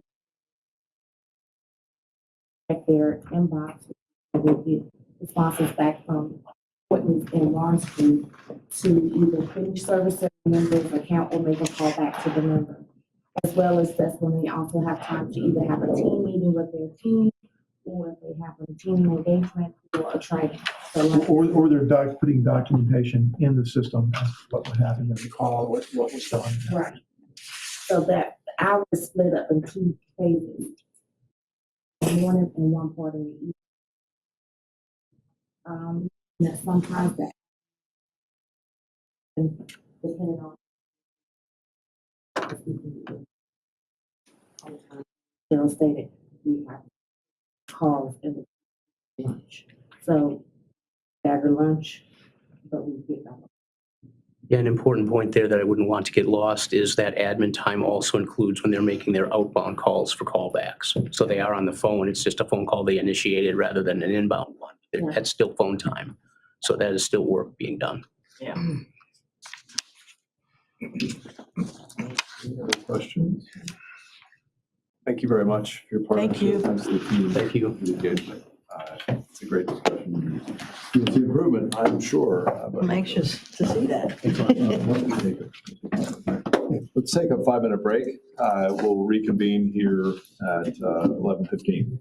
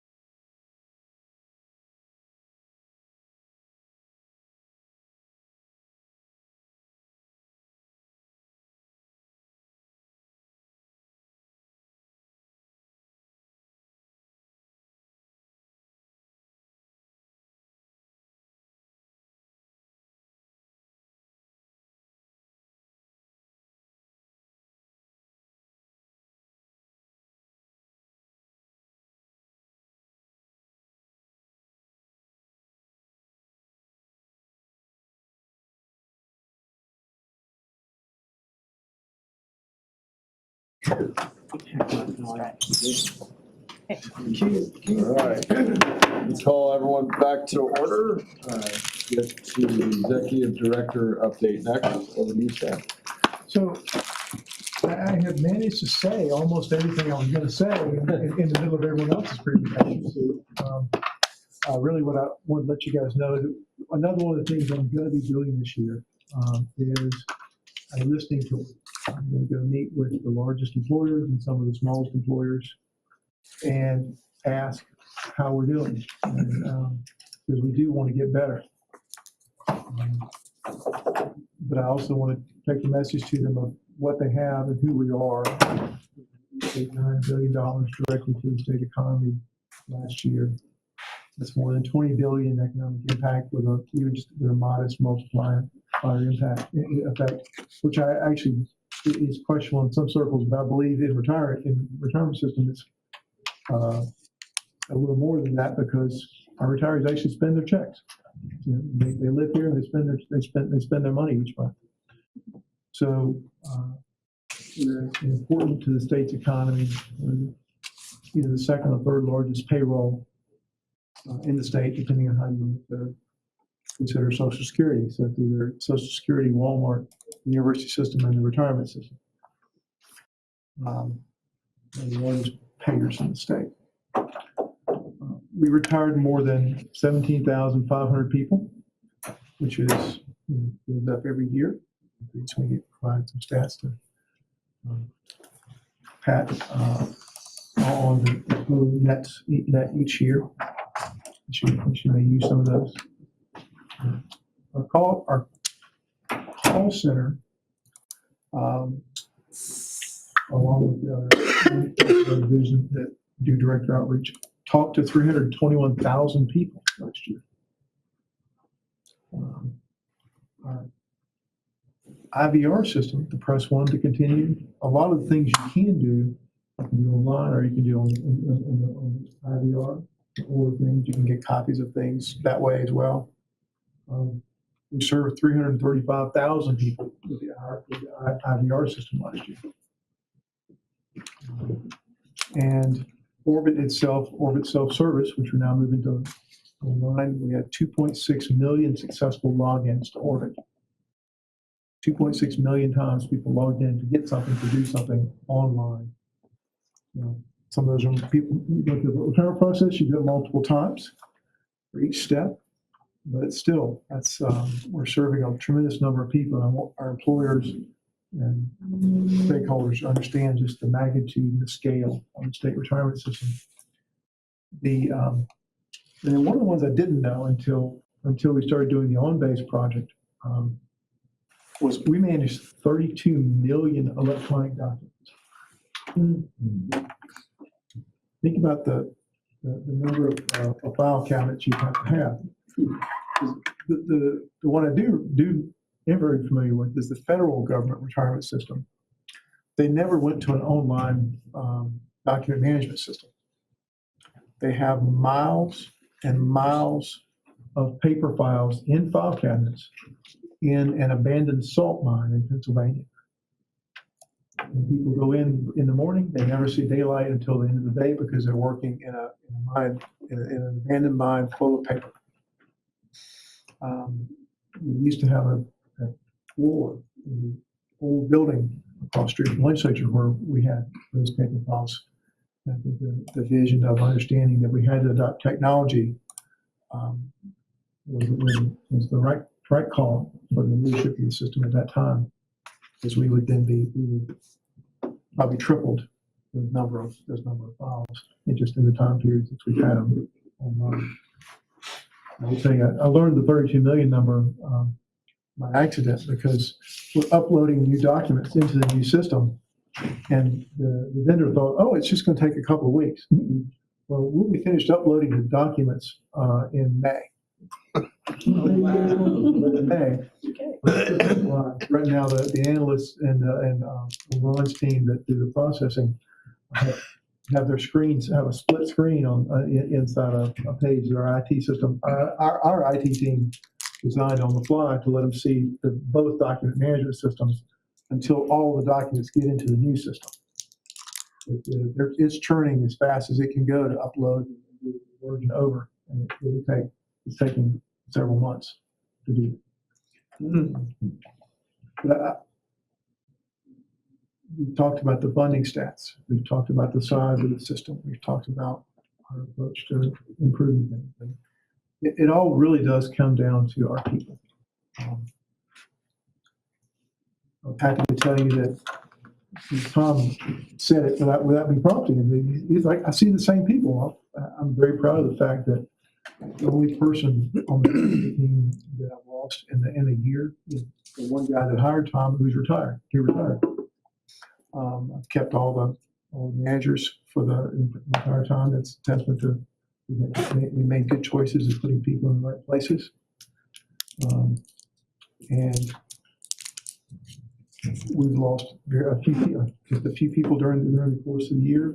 But when we lose somebody, we lose them to an agency that pays them tremendous. They get an offer that I can't match. They're there for themselves, and I can't be sad for them for that. It does come down to our people, our teamwork, and our drive to succeed. I just really appreciate being the retirement director, and thank you guys for that opportunity every day. Thanks. Thank you. Anything for Sam before we open to public comments? All right, we have a public comment period. We only have one person signed up, but I see him in the back, so I'm going to open the floor to Flint Benson from the State Employees Association. Thanks for being here, Flint.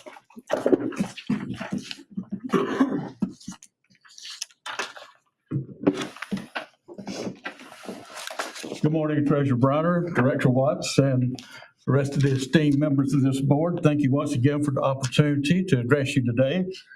My name is Flint Benson. I serve as political strategist and a lobbyist for the State Employees Association of North Carolina, or better known as SENIC. I've advocated for SENIC for the past 15 years, and prior to that, I dedicated 30 years of service to the state of North Carolina. So I speak to you today not only as an advocate, but as a retiree who has lived the realities of the retirement system. I know you're well aware that it's been nearly 9 years since retirees in the TSERS systems have received a meaningful recurring cost of living adjustment. The absence of any regular permanent COLA has left state employees and retirees at a crossroads. It's left them to where there's no purchasing power. Its purchasing power continues to decline amid rising costs for essentials like housing, health care, and groceries.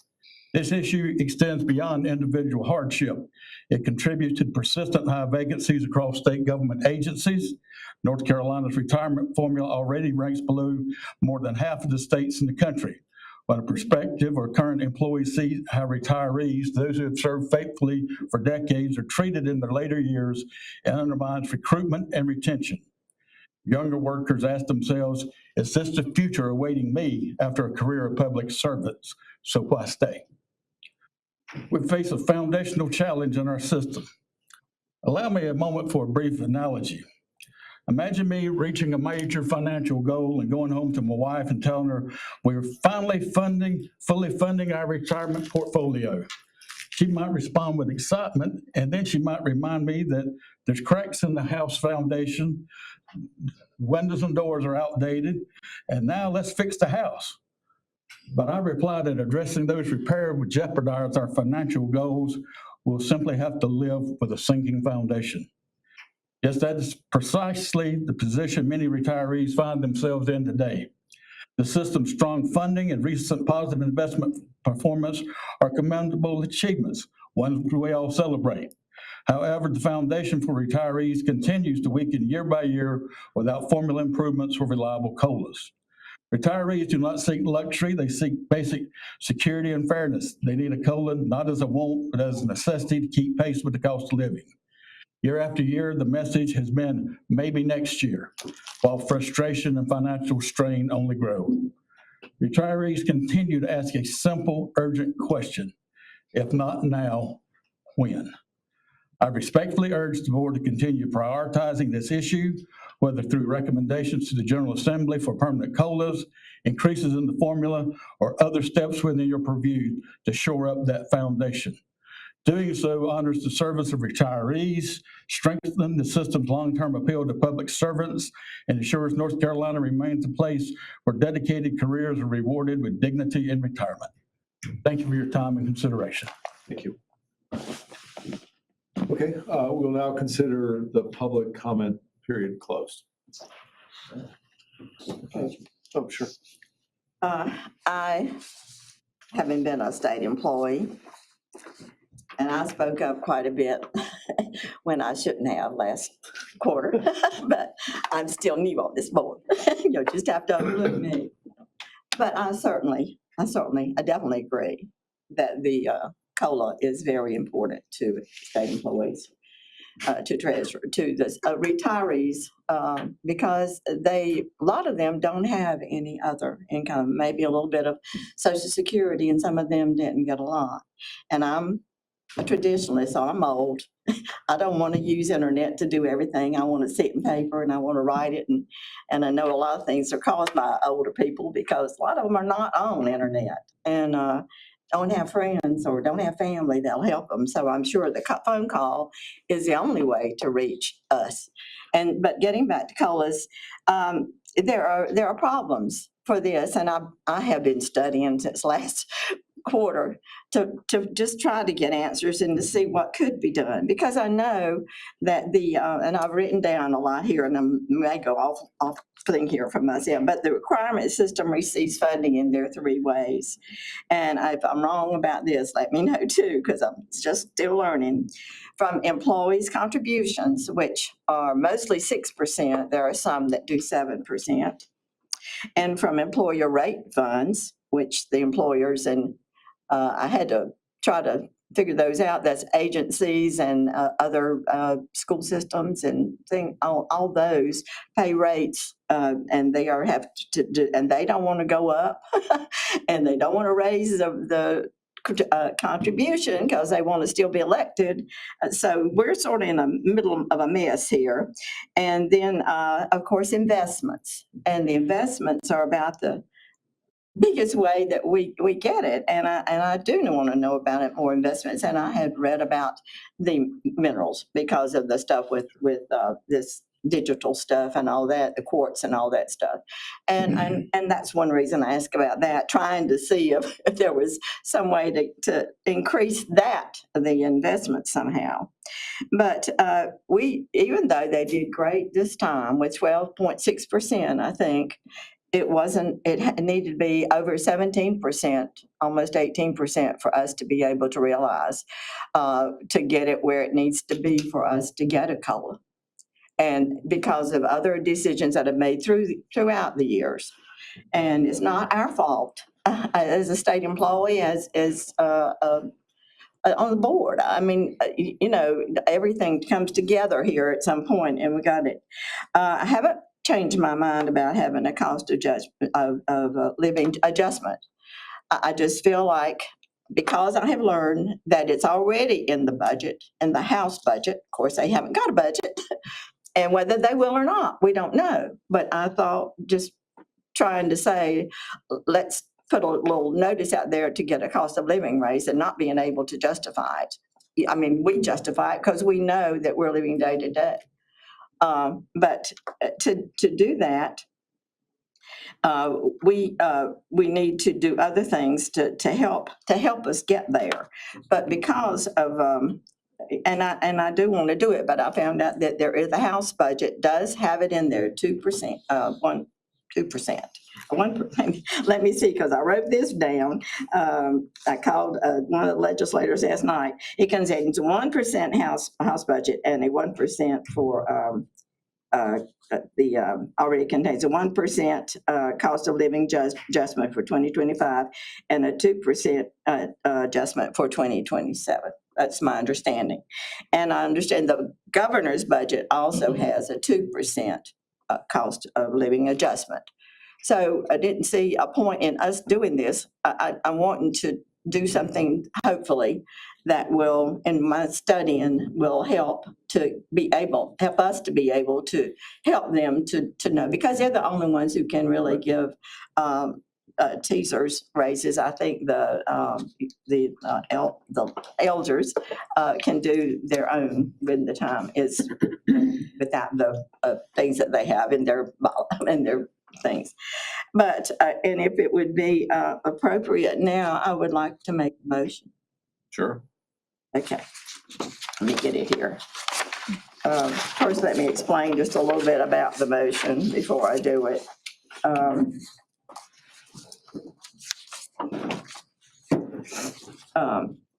You heard Patrick Kinlaw just a few minutes ago telling us about the proposed new proposals for the board employer contribution policies. They have policies that are done by them somehow and have to be approved. And they sort of, we have to go by them once they do it as a board. But they're going to be working on new policies for the next 5 years. And even if we had investment gains, our board policies say they shouldn't be used to pay COLAs. Did y'all know that? Instead, they say we will use the investment gains to reduce our unfunded liability. And they say maybe we can recommend a COLA, but if we do, employers will have to pay the full cost of it.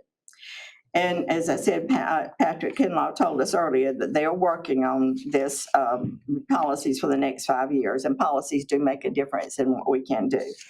I would like us to give staff direction to get rid of that rule about never using investment gains to pay COLAs. Instead, the new rules should give us the flexibility to make that decision year to year.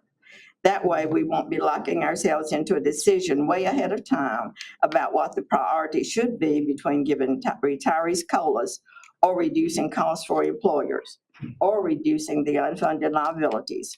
We'll be more prepared to act on COLAs when the investments support it. So I'd like to make a motion for the TSERS at this time, and then for the LGERS after that. That'll be okay. Sure. Can Tim restate your motion for you? Do I? Tim will try to restate, we'll restate your motion for you, so we'll know exactly the verbiage. Thank you, Pat. Thank you.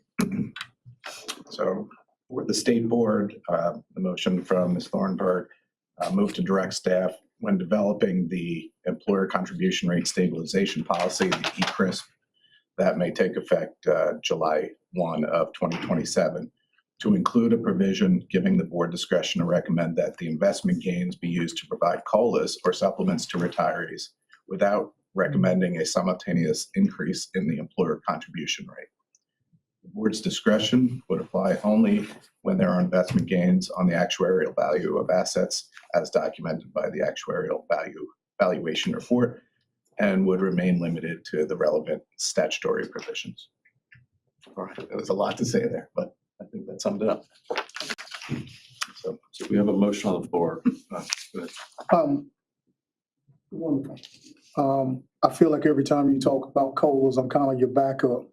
I think that we do need to do everything that we can to look to give the board the power to be able to affect our retirees. I pray that I get there one day myself.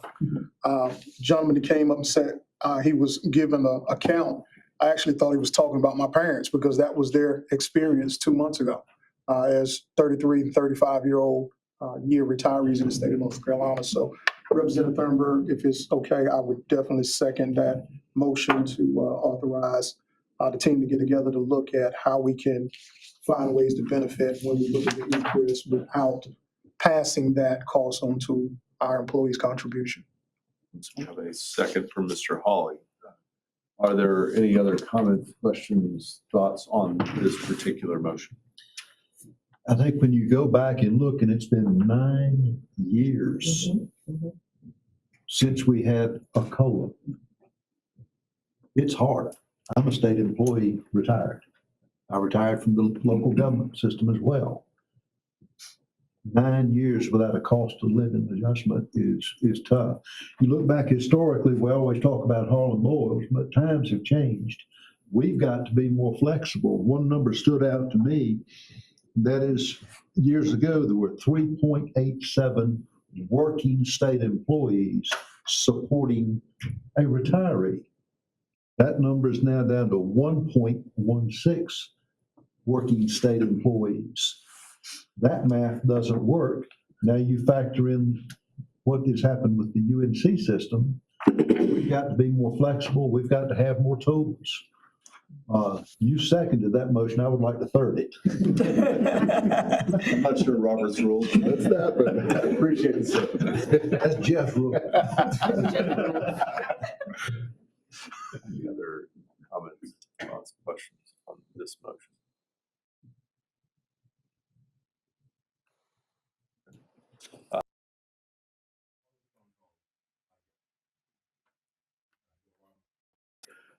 Are from retirees in the States who call me and ask me a simple question. Whose fault is it? Why am I struggling to make ends meet? Why my retirement check not go that far? And it's not certainly the General Assembly's fault. It's not certainly their fault. It's been the investment program. Times have changed since the Harlan Boyle's days, and our investment program has not caught up. We all have great hope that that will remedy itself with all the changes that we put in place, but those are a long timeline. So I'm absolutely in favor of this motion. I think we need to think about balancing the incidents of the situation we find ourselves in on both the employing unit, but also the retirees, of course. And this gives us the flexibility to do that. So I really appreciate you making the motion. Unless there's anything else, we can vote on this motion. Teachers Board. Teachers Board. So we'll call the roll, please. Treasurer Briner. Aye. Mr. Winstead. Aye. Mr. Ebbinghausen.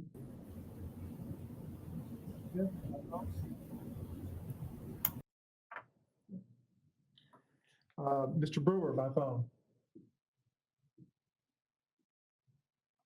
Ms. Reader. Aye. Ms. Blunt. Aye. Mr. Holly. Second. Ms. Thornburg made the motion. And Ms. Meyer. Yes. Aye. All right. Yes. Yes. Unanimous. Unanimous. Great. Thank you. Do we need to do one for- Mr. Treasurer, I have a question about something Mr. Benson said, and what is the process or who's responsible? We talked about the change in the formula for retirees. Is that something that policy and planning would look at, review, or who makes that decision and where would it go?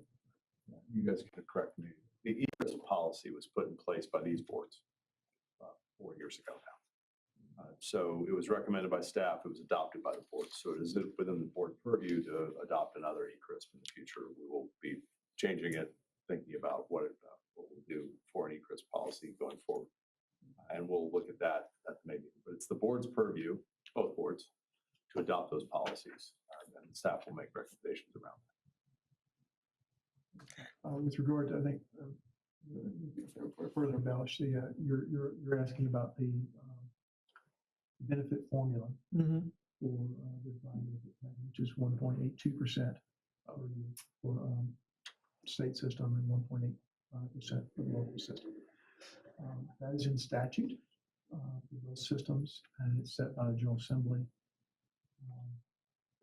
Historically, when there are sufficient funds in the system, those are presented as options to you to make recommendations to the legislature on those.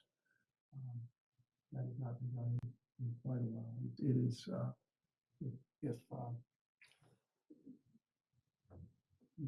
very bluntly, if you can't afford a COLA, you can't afford a benefit formula increase.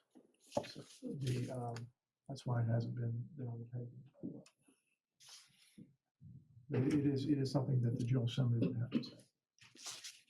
But the recommendation would come from, okay.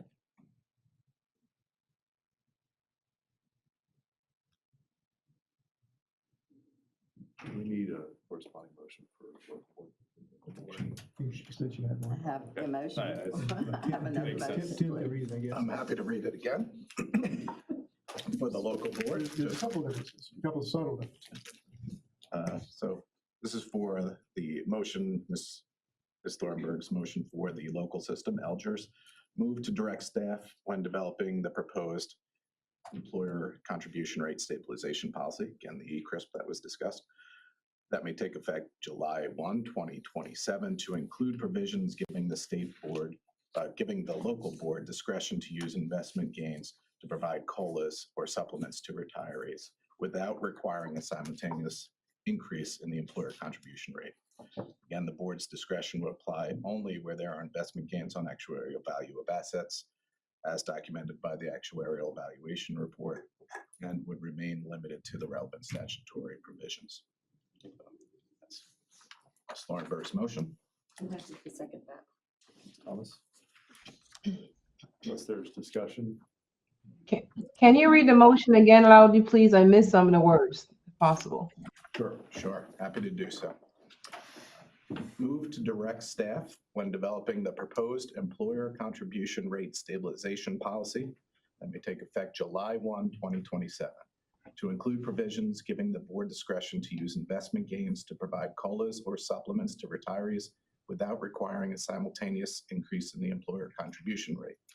Board's discretion would apply only when there are investment gains on the actuarial value of assets, as documented by the actuarial valuation report, and would remain limited to the relevant statutory provisions.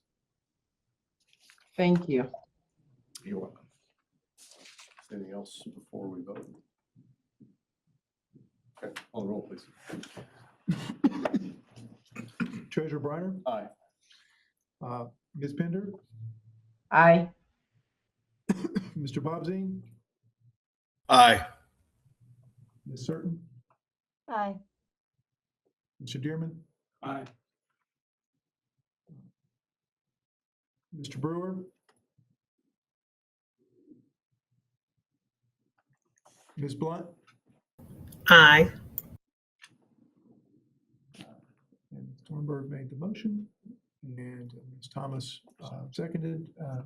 Chief Weaver? Aye. All right, thank you. Yeah. Okay, I appreciate it. Thank you for raising it. May I say Please. one more thing? Only the General Assembly can appropriate the funds for this. So I would tell the retirees that you need to call your senators. There is still hope. Thank you. Okay, we will move on to the adoption of the experience study. I'll ask our friends at Gallagher to join us at the table here. You saw them at length last time. This will be a more synopsis version of the same, but questions? Thank you. Good morning. Is it still morning? Barely. Good morning, Treasurer, trustees. Mike Ribble with Gallagher. In October, so we're going to start with slide 3. In October, we presented the results of the experience study in much more depth. I'm going to spare you that today, give you an overview to remind you of the key takeaways.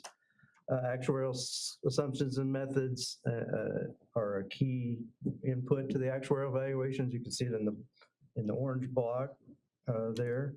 Assumptions and methods that the board approves today will first be utilized for the December 31st, 2025 actuarial evaluation. It's to be presented next October and then used for 5 valuations.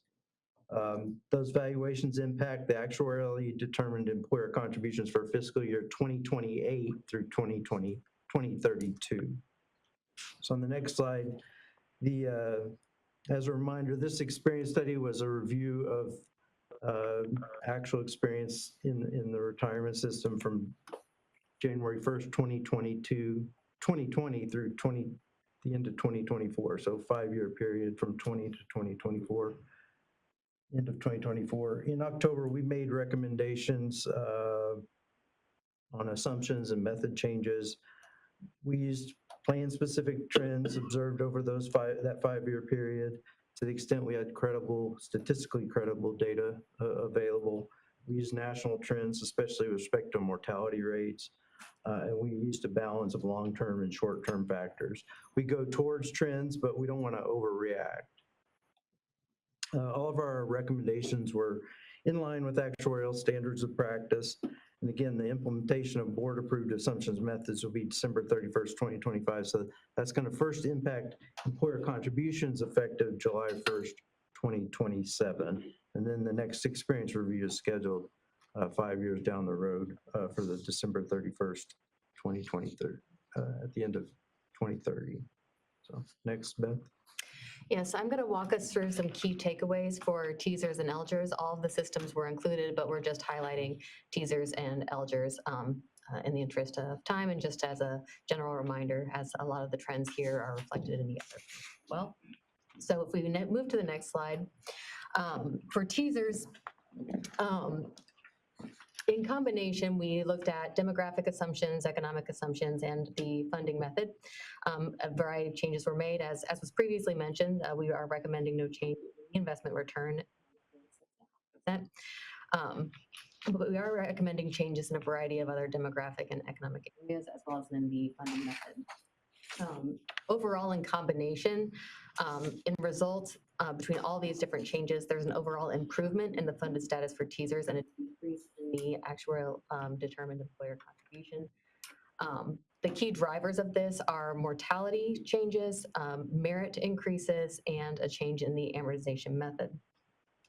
So in the top portion in the demographic assumptions, we highlight the changes in mortality. So since the last experience study prior to this one, there's been an updated mortality table released for public and pension plans. You were at Pub 2010. Newly released Pub 2016 tables are available, which reflect shorter lifetimes, which means that people generally don't live as long. So that is an overall decrease in liability. This is reflected for most groups except for male public safety workers, which actually showed a slight increase in lifetime. We did make some adjustments based on the statistical credibility of TSERS given its size, but overall there's a decrease in the financial impact, meaning lower liabilities and lower cost.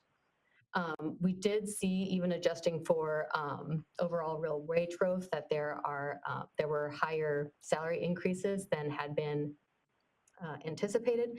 So we are recommending an increase across most service levels for TSERS. So showing a slight offset to that decrease in the financial impact from the mortality change. We see a slight bump in the accrued liability as a result of that. And lastly, the amortization method. Currently, the plan is at a 12-year payoff period for the unfunded actuarial accrued liability.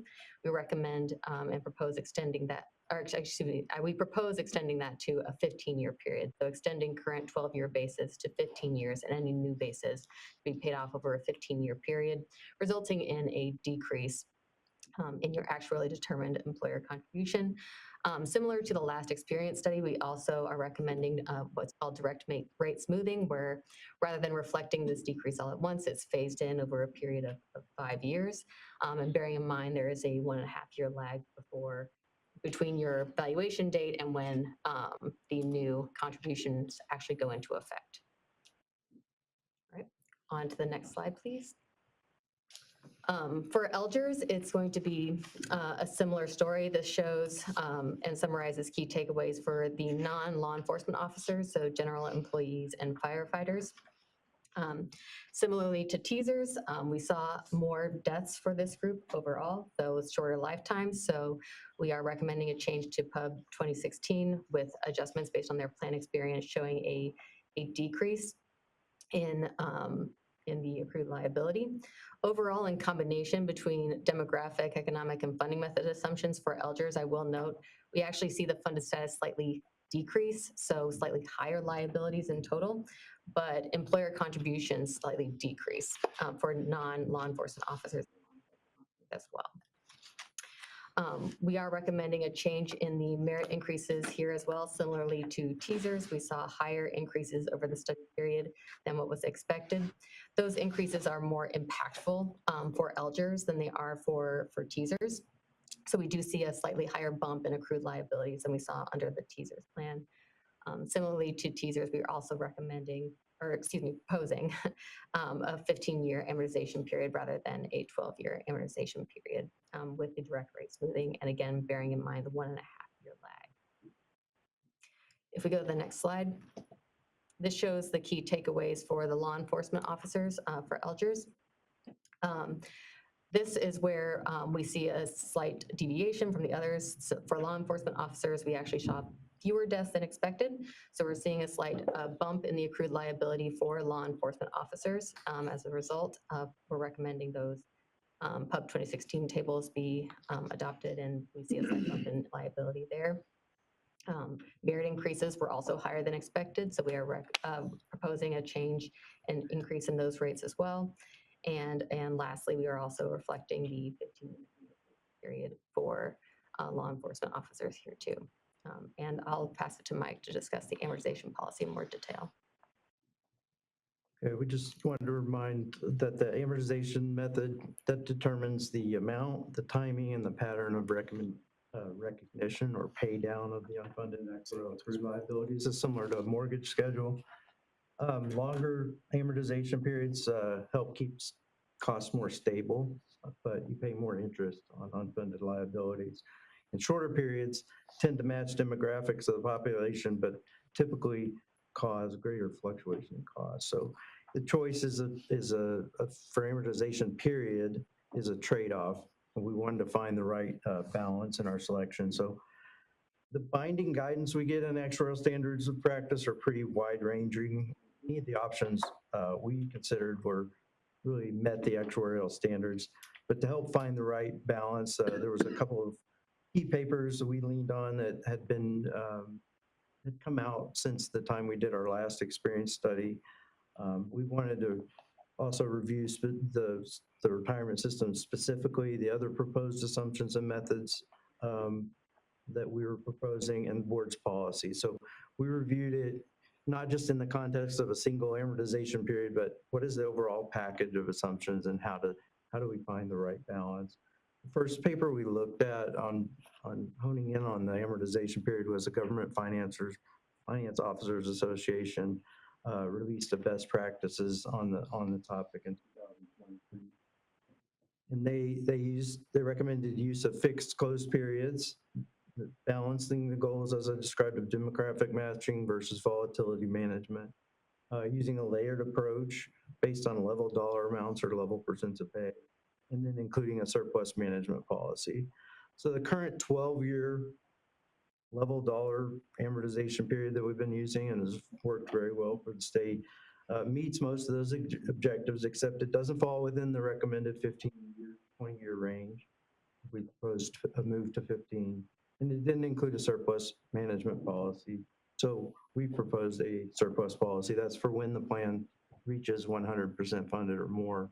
We triggered it even more of a reaction at 110%.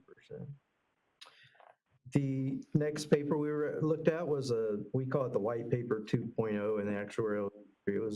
It was released in August 2024 by a group in the Conference of Consulting Actuaries. And it focused on level cost allocation model, or they call it L. The model practices for that, so the gold star practice was for amortization based on similar objectives I described, included layered fixed amortization, which we have, level or declining percent of pay, including level dollar amortization. We use level dollar amortization. Experience gains or losses over a 15 or to 20-year period, so the same range that the other paper said. So we had 15 for experience studies. For assumption or method changes, at 15 to 25 is a little longer, but we do have 5-year direct rate smoothing of our assumption and method. So a 15-year amortization period really becomes 20 years when you smooth that over 5 years. And then longer amortization of surplus. So our recommendations for moving from 12 to 15 met each of those model practices in that white paper. With the other cost deferral mechanisms, I mentioned the 5-year direct rate smoothing of the assumptions and methods.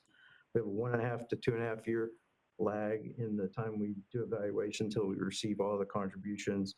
and then we have 5-year asset smoothing. So all that combined, we felt like the proposed method we had was the right balance for the North Carolina retirement. So just wanted to go a little more in depth than that. That concludes our overview, and I don't know if there's any questions. Going from 12 to 15 years, of course, compared it from a 15-year mortgage to a 30-year mortgage, the bank wants to sell us on a 30-year mortgage because it makes twice as much in interest. I'd rather pay 10% more and take a 15-year mortgage if that's available. So as we go and we look at the 12-year model, which we already know, we go to the 15-year model.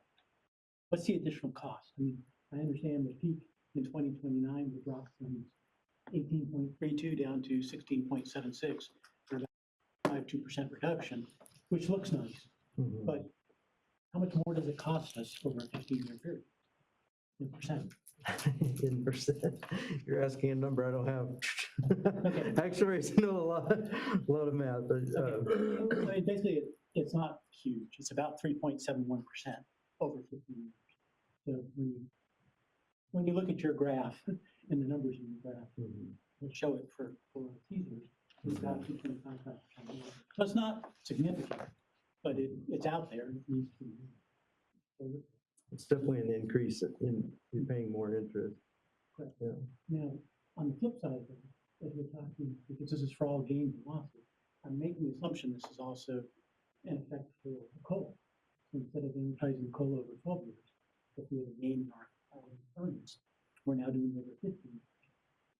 So how does that impact the COLA? Is the COLA going to cost us, it might cost us a little bit less this year, by a certain percentage, but it's going to cost us over a longer term. Dollars and dollars. Yeah, it's based on the present value of the cost of the coal at the time it's paid.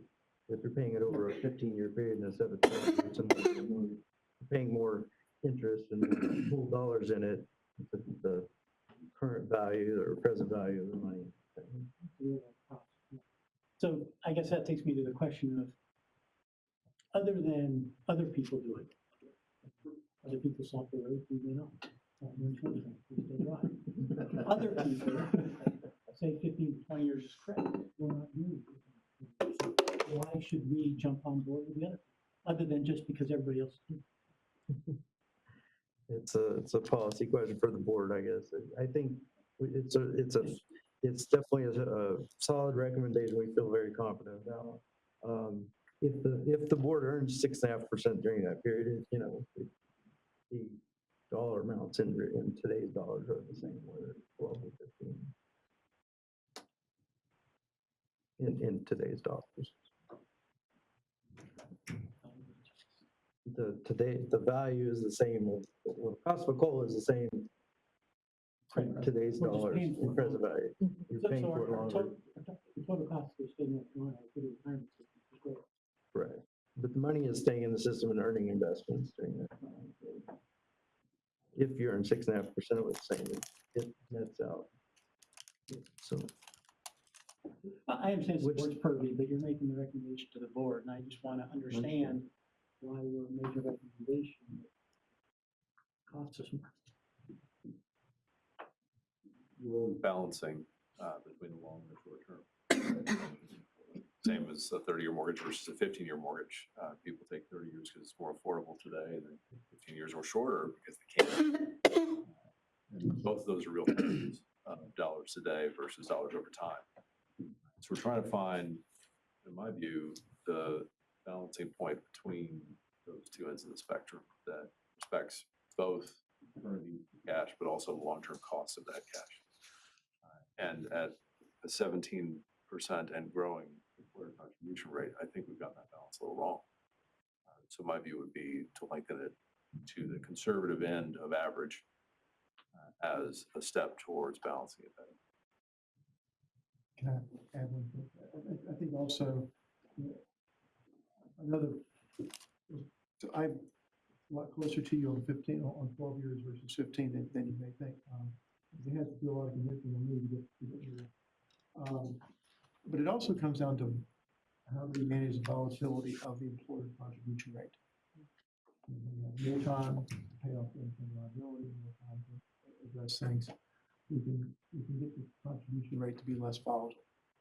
And it's a very real problem for budgeters, for local governments, and for the university system when they're working with tuition, scholarship, and how they have to manage tuition as well. To plan for fluctuations in the rate from year over year. So we'll see, we'll talk about a lot of that in April, as with new directions. But this all, a lot of it does come back to how much risk can employers handle the rate going ping pong. I think that all goes in favor of the system.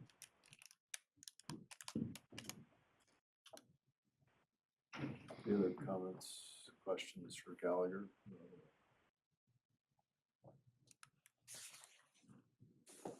Okay, then we need a motion from a member of the state board to approve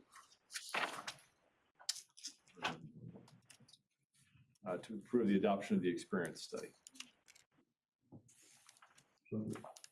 Second. Call roll, please, from state board. Mr. Brunner? Aye. Mr. Winston made the motion. Mr. Ebbinghausen? Aye. Mr. Smith on the phone? Mr. Brewer? Ms. Reader? Aye. Ms. Blunt? Aye. Busy time of year for us in code enforcement because all I'm sorry, did you call the TSERS or LGERS?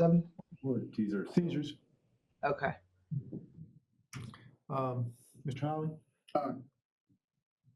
Ms. Thornburg? Aye. Ms. Meyer made the second. Okay, so that is adopted. Do I have a motion from a member of the local board to approve the adoption of the experience study? So moved. Second. Weaver, call roll, please. Mr. Briner? Aye. Ms. Pender? Aye. Mr. Bobzine? Aye. Ms. Certain? Aye. Mr. Chairman made the motion. Mr. Brewer? Ms. Blunt? Aye. Ms. Thornburg? Ms. Thomas? Aye.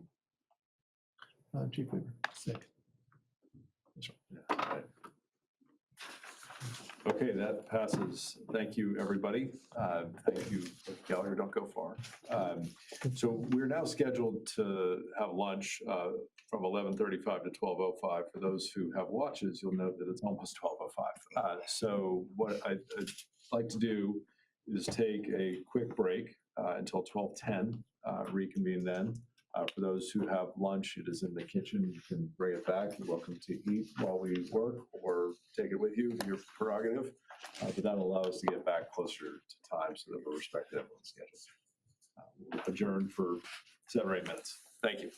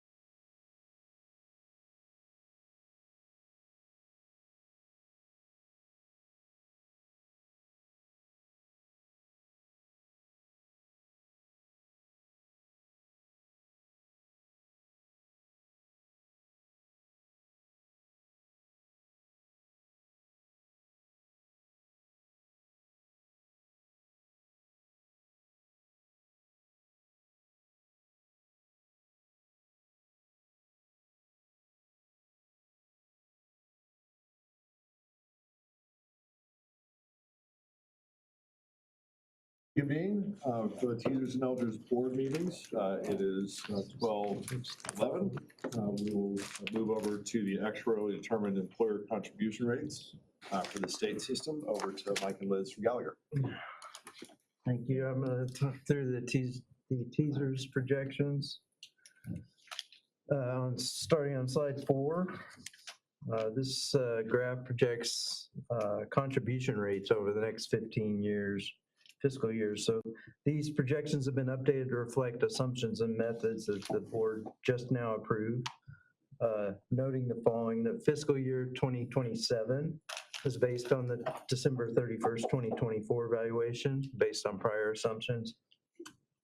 Fiscal year 2028 is based on the December 31st, 2025 projected December 31st, 2025 valuation, assuming member behavior during 2025 and other assumptions and methods in accordance with those just approved by the board. Our updated projection that hasn't been seen, wasn't in the experience study, is the lower line in green.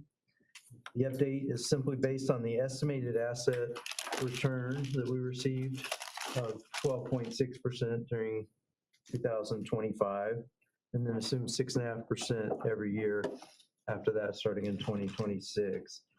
The upper blue line was in the experience study, and that one just assumed 6.5% for 2025 and every year. So you can see that just 1 year of return of estimated 12.6 versus expected 6.5% lowered our trajectory of contributions. Mike, if I may, just 12.6 versus the 13 we heard, is that one was an earlier estimate than the other? 13, we did a 0, a 6.5, and a 13. I think we did the 0. We typically do that just as to give, because 9 times out of 10, it's falling in those ranges. Somebody did mention earlier a 12.8 or a 13, maybe there's a different estimate, but the estimate we were given a few weeks ago was 12.6. Thank you. Yep.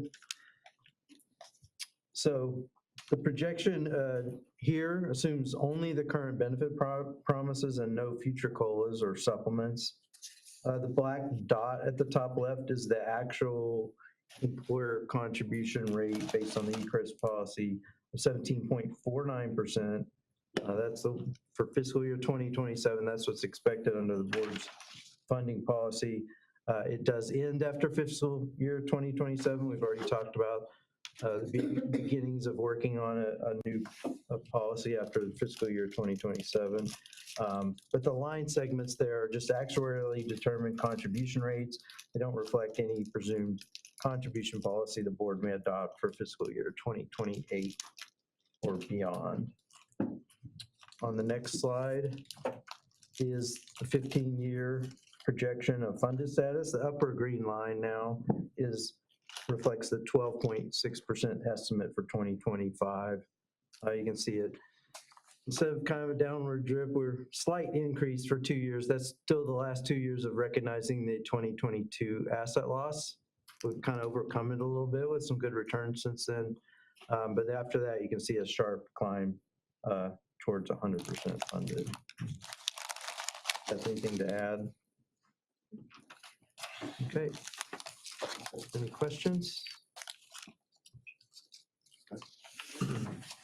Any questions on the ADEC for the state system?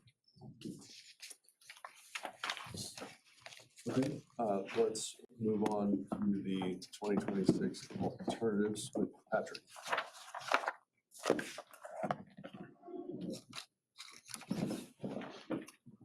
Thank you, and hi again for those joining online. This is Patrick Kinlaw again. The purpose of this agenda item is for the board, the state board, to make recommendations to the legislature for funding and benefits for the upcoming fiscal year that starts July 1st, 2026. You have a 13-page document attached with this agenda item. I might just focus you on the first page, which is an executive summary, and the last page, which if we could go to now, I'll describe what the last page is. Should be page 13. And this last page is a draft prepared by staff of what the state board may be recommending to the General Assembly for the upcoming fiscal year. So at the end of this, your motion might be to just make the recommendations as shown on this page, or to change them in some way, in which case we would amend this before we communicate it to the General Assembly. You'll see that on this page, we have a list of the different retirement systems that are under the purview of the state board. So TSERS, the judicial system, the legislative system, et cetera. And a recommendation about the contribution rate, if there is one, and a recommendation about benefit changes, if there is one. For TSERS and the judicial system and the legislative system, the actuaries from Gallagher presented their actuarial report back in October that calculated actuarially determined contribution rates that would be sufficient to fund the systems. And so what you see here in the employer contributions is just those rates. It's the state board recommending that the legislature set employer contribution rates according to what the actuarial valuation report said. And you can see, like for the state retirement system, that would mean increasing the employer contribution rate to 17.49%. Right now it's 17.14, so it'd be a little bit of an increase. For the judicial system, it is an increase also. For the legislative system, it's a decrease, just in keeping with the actuarial valuation reports. The disability income plan and the National Guard pension fund, similarly, we have contribution recommendations there consistent with the actuarial valuation reports. But there are two items for the board to consider, two substantive items on those. One is on the disability income plan, and one is on the National Guard pension fund. So what I'd like to do is describe the disability income plan one first, see if you have any questions about that, and then describe the National Guard one second. See if you have any questions about that, and then we'll come back to this, concluding by looking at this table again. So the first question is related to the disability income plan. There are some more details about this earlier in this document on the disability income plan back on pages 7 and 8, but for looking at the screen, we can just keep it here. The actuaries have calculated that the contribution rate for that plan can decrease next year from 0.07 to 0.06% of pay. So a little bit of a decrease in the employer contribution rate. What's new here is that, so the board has the authority to increase the benefits paid to disabled former teachers and state employees under one key condition that the statute says, which is that the General Assembly needs to enact an across-the-board salary increase for state employees, and then this board could choose to recognize that across-the-board increase when calculating disability benefits. So that's the question for today, is whether this board may want to do that if and when the General Assembly enacts an across-the-board salary increase for state employees. So the way that works is that disability benefits are calculated as a percentage of pay. So if your pay is one level of pay when you become disabled, and then while you're disabled, the General Assembly increases everyone's pay by 2%, should we increase your benefit by calculating it based on a 2% higher pay now, even though you're disabled and not an employee anymore? So that's the question for the board to consider. The disability income plan is now well-funded enough that this type of recommendation or type of decision by the board could be made to increase the benefits if there's an across-the-board salary increase for state employees. Gallagher has said that if there's an across-the-board salary increase and it's no greater than 3.25%, that the disability benefits could be increased without asking for more money from the General Assembly. So to be clear, as things stand right now, the board cannot decide. We don't think the board can just decide to implement an increase in benefits, but it would be a contingent direction to staff to, if and when there's an across-the-board salary increase enacted this fiscal year, for staff to go ahead and implement it to increase people's disability benefits. This fiscal biennium. Sorry, did I say fiscal year? Yeah, fiscal biennium. So you want it to be biennium? Okay. Okay, so yeah, so we might, I can't remember if there might be words on this page that say fiscal year. We might want to change it to biennium. Effectively, if the budget is passed by the legislature within this biennium that doesn't across the board pay raise, you would then, and there's sufficient funds already in the system to pay for it, you would then pass that along to the disability retirees as well, to the disability income plans, no plan participants as well. So that's just a technical question. If we don't increase it by whatever raise there is, that is a one-time option. We lose that option in the future. Until next year or whenever there's permanently gone. It's, yeah, that's, as we understand it, that's true. Yes.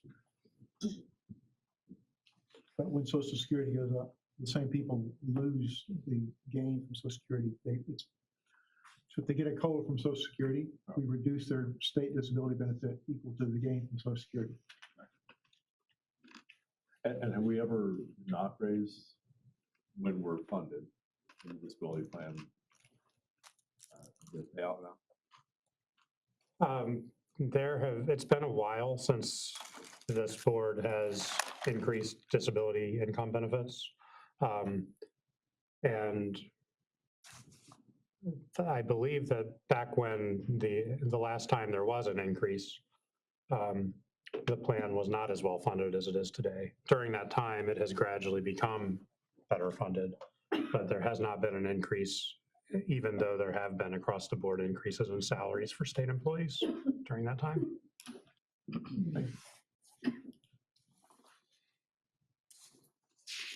As we've drafted this page on this first question, we have assumed for now that the board would direct staff to contingent direction to implement this kind of an increase. If there's no questions about that, I could describe the National Guard question, which is the second question. Reminder of why we're talking about the National Guard pension fund in distinction of all the others. And that's because that fund is in a surplus position. It has a surplus that Gallagher has measured of about $34 million. The last time it was measured, it was 122% funded. And that is due to the General Assembly funding the plan for several years now at levels greater than Gallagher calculated was the minimum necessary amount. So they put extra, the General Assembly's contributed more than the minimum required amount. Now it's in a surplus position. The board's funding policy, it's called an SCRISP for that plan, says that the board can recommend to the General Assembly to increase benefits in this type of scenario, subject to certain limits. So right now, the benefit payable under the National Guard Pension Fund is $105 a month for a retired Guards person who had at least 20 years of military service. And it increases on a scale up to double that, to up to $210 a month if they had at least 30 years of total military service. This board a year ago recommended to the General Assembly that they increase that from 105 to 108. And then the second number, because it's double that, would go up to 216. Both the House and the Senate included that recommendation in their own individual versions of budget legislation in 2025 that each chamber passed, but it has not been in a bill that passed both chambers yet. So we get to the question of, can this board build on that recommendation from last year and recommend a further increase? The policy that you have is silent on that question. We think it's reasonable to recommend a further increase, limited to inflation, subject to there being enough funding, et cetera, et cetera. So the limit on based on inflation to how much you could build on that recommendation is to increase the 105 now to 110. And the second number after 30 years of military service would not be 210, it would be $220 a month. So we have, and there would be some request for funding that would go along with that. It would be a request for recurring appropriations of $52,174 a year to match that level of benefits. So we have, for purposes of this grid, assumed that the board would recommend the full increase under the policy, building on last year's, to recommend an increase up to $110 and $220 a month. So those are the two substantive questions as we see them. The disability income plan, National Guard. We have assumed the board would make these recommendations as shown here on this table. And again, I've already heard one suggestion, if there's on the disability income plan, if there's a reference to a budget being enacted within the fiscal year, we should change that to the biennium. Beyond that, so we will do that if the board chooses to approve these recommendations. Beyond that, there could be a motion to accept these recommendations or to change them in some way. Okay, there's a lot there. Questions for either Gallagher or Winston? If it's not going to cost, add anything money, I think we need to do something. Personally. I don't know everybody else how it feels. But on both of them, I would say the second one, since we don't have a budget. So I don't know exactly how to word that, but I would make the motion if it's agreeable. Yeah, I think the motion would be to approve the 2026 alternatives for the state system with the amendment to the biennium. The disability.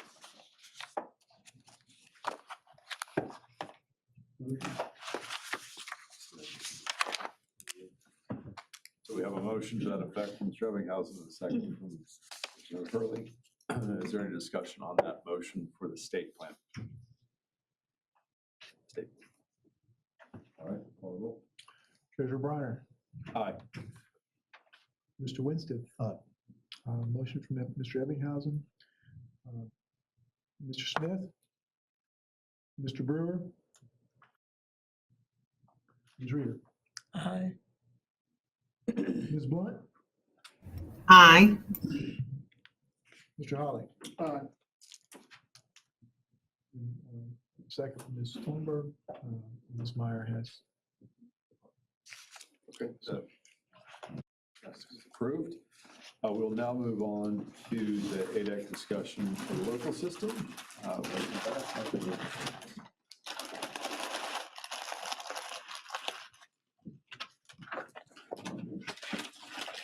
Hello again. I'll be walking us through the ADEC projection for LGERS. So we can go ahead and hop on over to slide 4. And a lot of our underlying assumptions for this are pretty consistent with TSERS.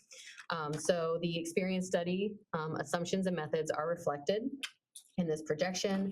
And the only difference between that blue line and the green line is our assumed return for 12/31/2025. So the blue line represents a 6.5% return every year. The green line represents a 12.6% return for the year ending 12/31/2025 and 6.5% return every year thereafter.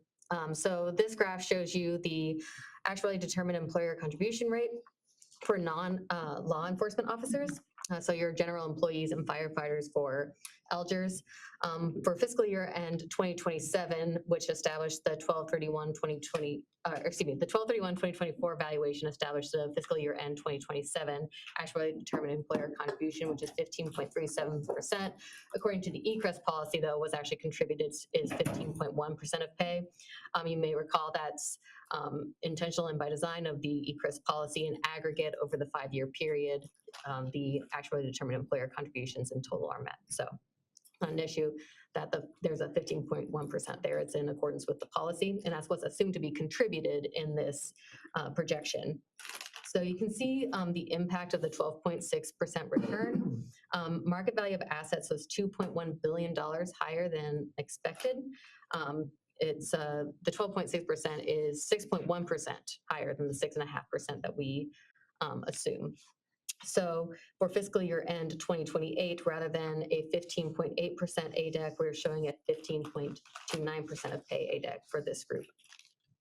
So that's about a 0.52% of pay difference as a result of this return. As Patrick mentioned, in April, you'll be discussing, whatever funding policy may be set in place going forward. We don't know what that funding policy is, so we're just assuming the ADEC goes in every year for these projections. But this is the underlying basis for that analysis. So if we go to the next slide. This shows you the projected ADEC for law enforcement officers. So for fiscal year end 2027, the ADEC is 17.6% of pay, but what's actually contributed according to the ECRIS is 17.1% of pay. For fiscal year end 2028, rather than showing 18.1%, it dips down to 17.59% of pay, 0.51% of pay difference as a result of that excellent return. So you can see how impactful that is for this policy, for this plan. And on to the next slide. What happens in 2039? In 2039, so there's a slight bump up because of the recognition of the 2022 asset loss. So you'll notice if we go back to that, oh, thank you. So if we go back to that slide, you see the contribution rate bumps up for the next couple of years because in our assets, which smooth in returns over 5 years, that 2022 loss is still being recognized. And then it starts to dip down because that loss is now fully shown in our asset value, but it's amortized from that point then over 15 years. So it gradually bumps off and it's paid off. The last payment is in 2038 and then it goes back up again. So, or excuse me, it pays off in 2039, then it starts to bump down again in 2040. So that's why we see that slight bump there. So if we go to slide 6, the plan was 85.2% funded at 12/31/24. We're projecting that to be 85% funded now in 2025 rather than 84% funded. And it continues to climb in the funded ratio up until 12/31/2036, where the plan becomes 100% funded. Originally, it was going to be out to 2039, so that's been pushed forward an additional 3 years. And I think that's all that I have. Are there any questions?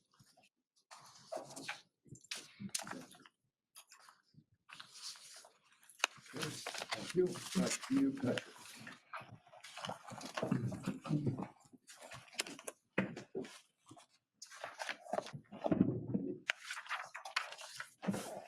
Thank you. This is Patrick Kinlaw again. We are now on the alternatives for funding and benefits for the local board. Similar to the discussion we had a moment ago with the state board, there's one notable difference in terms of the board's authority here that's important to keep in mind. Whereas the state board, when it comes to employer contribution rates, is making recommendations to the General Assembly. For the local board establishes the employer contribution rates, and it's not merely a recommendation to the General Assembly. So there's 2 items. The state board had 2 substantive items to consider. We think the local board also has 2. The first one is the employer contribution rate for the local government employees retirement system. The board has a policy for that rate. And if we actually skip down to the last page of this, I think it's page 9, we have a similar kind of grid with decisions and recommendations. There we go. So the local government system has a policy for establishing the employer contribution rate. That policy is still in force for the upcoming fiscal year. And as Mike and Beth just described to you, that policy means that the employer contribution rate should increase to 15.1% of pay for non-law enforcement employees and 17.1% of pay for law enforcement employees for the upcoming fiscal year. That is an increase of about $80 million across all the local governments compared to what they're paying in the current fiscal year. But it is not enough of an increase to reach the actuarial determined amounts. So that's worth pointing out here is that even with this increase under the policy for fiscal year ending 2027, local governments will not be contributing the actuarially determined amounts for that year. It's to the tune of probably about $30 to $40 million. So that is something that will be disclosed in the state's financial report. We think there will be appropriate context around it. And I just wanted to. Statements, we need to reflect that. Yeah. Obviously, this is the planned issue. 5 years in, there's always the possibility that in 3, 4, or 5, it should be underfunding for a certain amount of time, but you've overfunded in previous years before that to make up for that. I'm sorry, Sam, can you say that again? I can't hear you. So it's over the 5 years of an ECRIS policy. Mm-hmm. The notion is over the 5-year period, you meet the total amount of money that has to go into the system. In some years, you may be below. In some years, you may be above. So the first 4 years of the ECRIS policy for the local system has been above. It's been above the actuarial minimum, if you will. For the 5th year, we're going to be below it. Now that's in context. That's fine. But when you look at any bond offering statement the local government has to issue next year, we'll have to disclose that they're underfunding the bond. And the state ACFR will have to do it. If it's done for schools, we'll have to reflect it. So it's a very serious matter that you guys are looking at that you go into the bond offering statement. And our team takes it very seriously to make sure that we're doing the disclosures appropriately.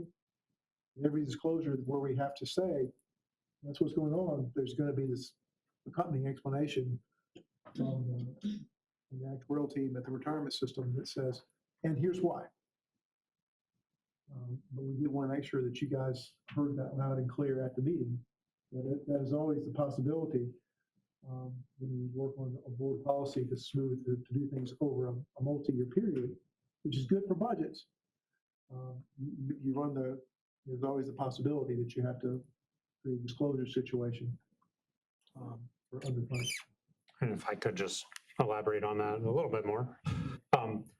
When the local board adopted its ECRIS policy about 5 years ago now, the thinking was that the board wanted to be about at least 85% sure based on modeling that when you add up all the contributions in total across 5 years, that it would be meeting the 5 years worth of actuarial minimum contributions. And that has happened. As Sam said, for the first 4 years, the contributions received by the local system were greater than the actuarial minimum contributions. For the 5th year, it's going to be less. So when we're suggesting context to be added to financial disclosures, that's the kind of thing we're going to suggest. And that's actually required to be shown anyway on the tables in the financial reports. So we will show that. But then, part of the ECRIS policy was we knew there would be a trade-off between maybe not guaranteeing the actuarial minimum amount in every single year, but providing stability to local government employers so they can budget for it, so they don't have major surprises from one year to the next. And so it's a balancing act of those different goals that has been in place for 5 years now. Thank you. And I'll say, we were one of the first states to go into the business of doing ECRIS and contribution stabilization policies like this. Looking across our peers in other states, I'm seeing lots of other states now adopting similar approaches and thinking, oh, wow, this is a better way to approach budgeting. If I recall correctly, it was 2001 where TSERS didn't make its ADAC contribution. What was the fallout from that, if you know? Did the bond market care about these disclosures? I don't know. I don't know if anyone else. So there was the early 2000s, there was a period where the ADAC was zero, and so there wasn't a contribution right now. The one time that we did not make one time in history of the retirement system since 1941 that we did not make it was actually 2011. So the 2010, it was the year the amortization schedule was changed from 9 to 12. Somebody said change it 9 to 12, but the way the timing worked out, it actually is reflected in the financial statements as an underfunding of the system. There was not a major impact on any of the debt issued that year, but it was a definite disclosure item. And we did have to answer a lot of questions for that, because my understanding of how the debt market looks at it, and I'm stretching beyond my field expertise here, is they're looking for the pattern. Sure. They look for, is this something that's going to continue? Or this means you're going to not fund the system? Because that over time, they've seen systems that you don't make your contribution one year. Well, the world didn't fall apart. We'll underfund it again the next year. You do it for a few years in a row, and eventually you make such a deficit that you never catch up. Right. So just to put some numbers around it, if we were to modify our number or our increase from 0.75% up to ADAC, what would the difference be? It would be, so in terms of dollars, it would be about 30 to 35 million more in addition to the 80 million that was already increasing under the ADAC. In terms of contribution rates, give me just a second. The 15.1 would need to be 15.37. And the 17.1 would need to be 17.61. So in other words, instead of increasing by 0.75% of pay for non-law enforcement, local government employers would have to increase by more than 1% of pay. As we've drafted this outline, we assumed that the board would stick with the ECRISP that's been in place for 5 years, and so that's what that recommendation reflects for LGERS. You have the right to change anything that's, within the program.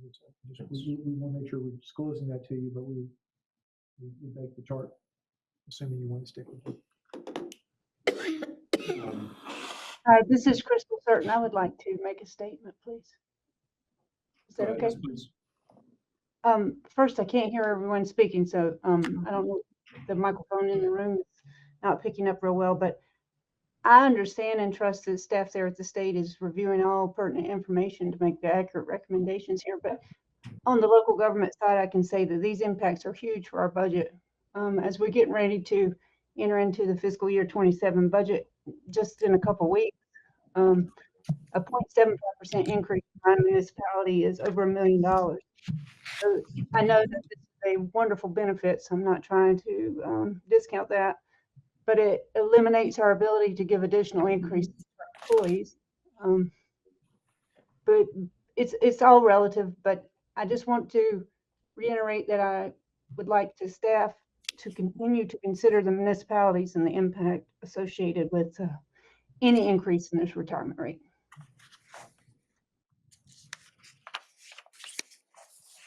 Thank you. I also understand the side of debt issuance and needing to disclose information.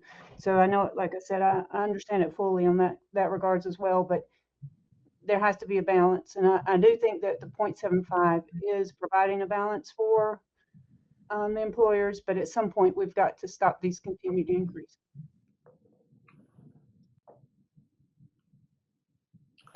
Thank you, Ms. Certain. And to just comment on that briefly, we are has come up a couple of times today already. Staff is working with local government groups and other stakeholders on what might happen with this ECRISP after it expires, the next 5 years, let's say. So we've had some good discussions so far. We're taking lots of feedback and doing lots of modeling, and we hope to be back here in April presenting some alternatives around that. I did want to mention the second decision that the local board has before it today, which is a bit like the discussion we had on the National Guard Pension Fund. In this case, it's a discussion about the firefighters and rescue squad workers pension fund. That pension fund is also in a surplus position. It's about a $30 million surplus when last measured by Gallagher. And the benefit level under that fund is right now $175 a month for firefighters who contribute to the system for 20 years. Rescue squad workers too, by the way. Don't want to leave them out. The local board already recommended to the General Assembly last year that the benefit be increased to 180, which was a year's worth of inflation at the time. That increase was in the House version of the budget legislation and the Senate version of the budget legislation that passed each chamber, but it has not been in anything that passed both. So it's a similar question we come to whether the board can build on its prior recommendation. We think it's reasonable to do that, and that's what's shown here on the grid is that the board would recommend instead of 180, now an increase to 184, which reflects another year of inflation as published by the federal government. So the recommendation now would be, if the board does this, that the benefit be increased from 175, where it is today, to $184 a month. The board would not have to, in conjunction with that, request any additional funding beyond what it's already going to be requesting, which is about $21 million in appropriations to that fund. And the board would not have to recommend that members pay any more. Right now, they're paying $15 a month. And the board would not have to recommend that change at this time under its policy. So we have drafted this assuming that the board would make that recommendation to increase the benefit to $184 a month. I'd like to make a motion again. Please. I'd like to second that.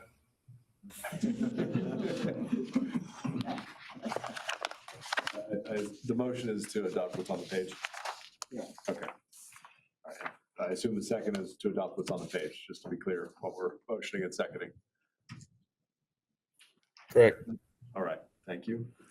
So the motion before us is to adopt what's been presented by staff. Were there any discussion items around that question? Are we voting on everything or just the increase of pay for firefighters? It would be both the local government contribution rate as well as the increase for firefighters. Not even an apprentice. So I just wanted to comment, I agree with the comments prior about the local government, the employer contribution. I think with some of the conversation that's happening at the General Assembly around property tax, it's really a squeeze on local governments, and this year's budget is going to be even more constraint than previous years, especially with some of the unfunded mandates that are coming from both the federal and the state government. And so I just want to be mindful about the costs that are being passed on to employers. And then also thinking about what that means, again, for increases for employees or what that looks like for local governments, especially those local governments around the state that have budgets much smaller than Wake counties. So just wanting to express concern for some of our smaller counties and their local government budgets. Thank you for that. This is, I agree with that statement, both statements around the impact on the local government budget. And I have a question similar to that, although I don't have a vote in this right here. But what happens with local government if their budget can't meet this?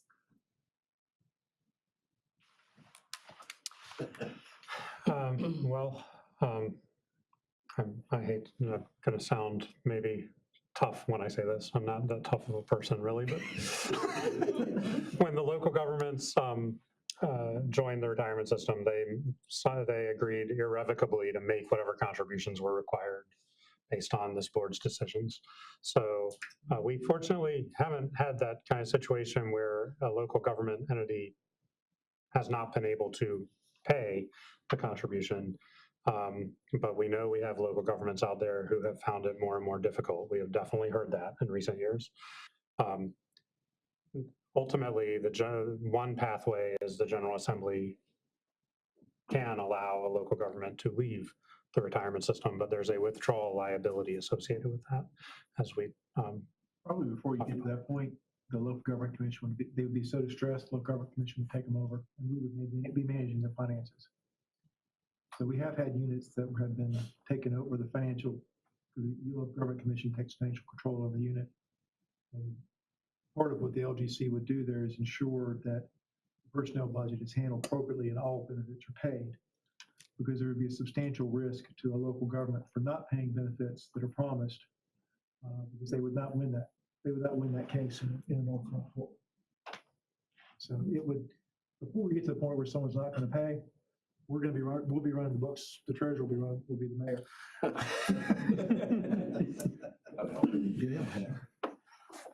So at the risk of being overly negative, I guess got to point out some math, which is stark to me, the comparison between the local system and the teacher system. Local system has a higher accrual rate for benefits, has a lower contribution rate for employee units.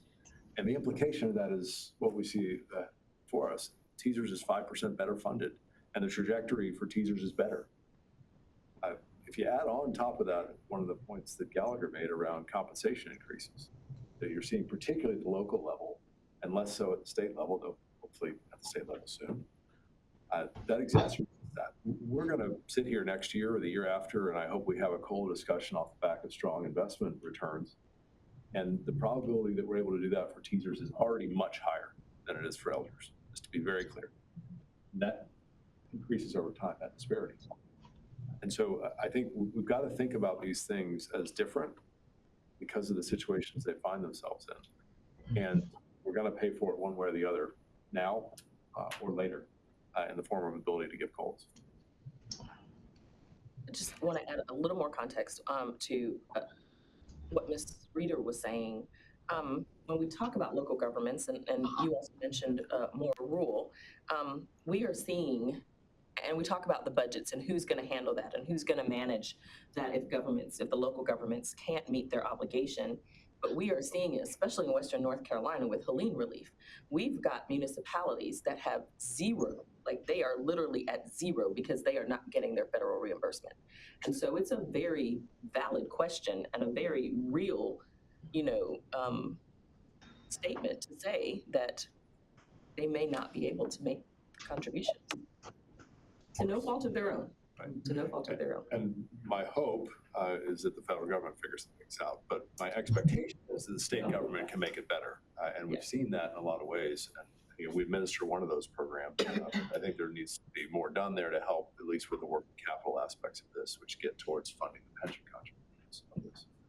I think these are much greater matters than we're discussing today, but they all are, of course, relevant to the contribution rate. I don't say any of that to say that I disagree with the motion. I just wanted to add some context to the conversation in the decision. Thank you. And Secretary Bryan, I agree with your statement when you compare TSERS and the local government retirement system. But the fact remains that the state has more opportunities for revenue growth that they can fund TSERS than local government does to fund a local government system. So all that to say, I'm ready for the vote. It is what we have to do. And to the question about what happens if you can't pay your bill, ultimately you're going to raise taxes, which goes back to your taxpayers. And that's a hard question to do when you're coming out of Helene at this weekend storm, which we had to spend more money out of a fund balance that doesn't exist because we got fund balance for Helene. So I appreciate y'all listening to us. Yeah, I think the question was just called. Thank you. Why don't we call the roll?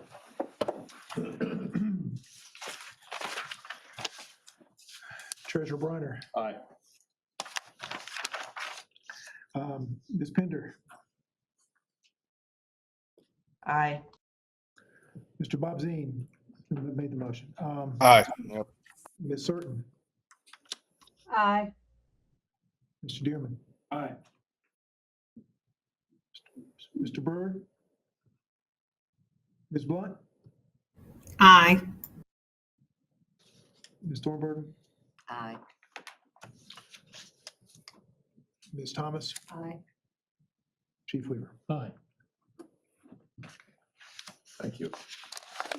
We're now going to go to the court cost offsets for law enforcement officers. So this one's me, and I'll be mercifully short.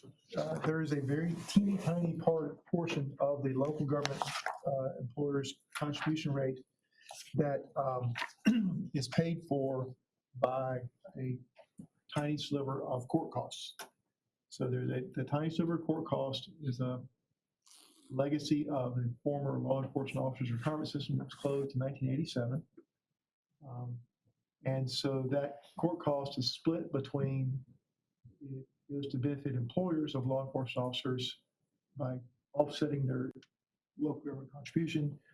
The other half of the money goes to the 401ks of law enforcement officers as a direct contribution to them each year. And so it is the responsibility of the retirement director to adjust the contribution rate to reflect the amount of money that we anticipate coming in. And so we're going to have to reduce that, increase the offset, depending how you want to look at, to 0.11%. 1.4. We want to 0.14 down from 0.16. Right. And so we're assuming a little less money of court costs coming into the system, which would effectively increase the contribution rate by 0.02%.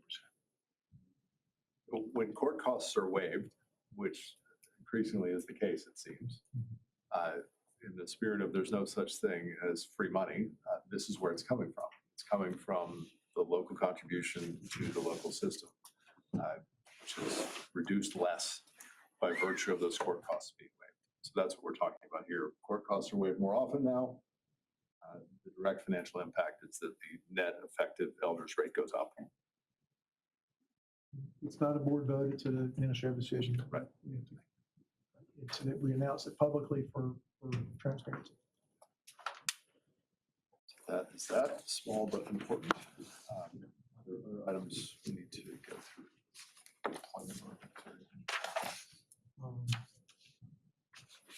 They're all appendix. All the things that Patrick covered in his presentation. Okay, so that brings to a close the formal part of the agenda. We'll now open it for any board comments that anyone has.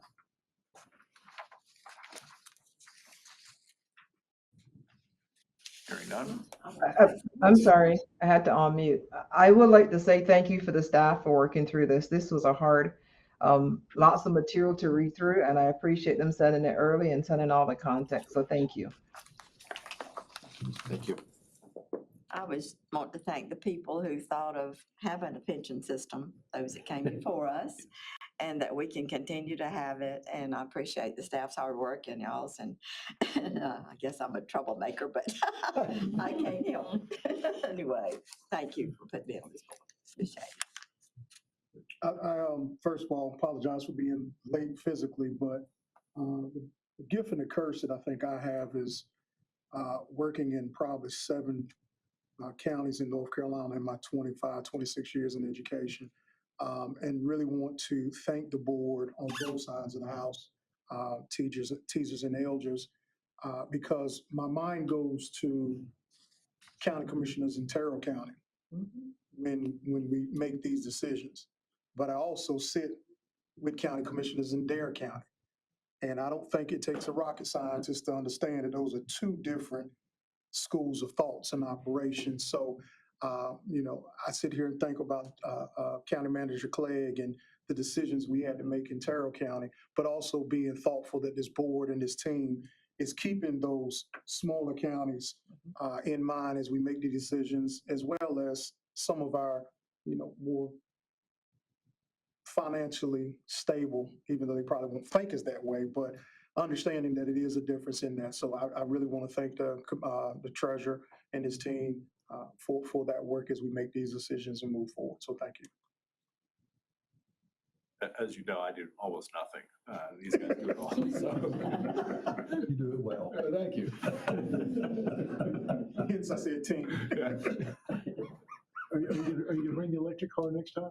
Let me tell you something. I'm playing a whole lot better driving that thing from the eastern North Carolina to Raleigh. I can tell you that much.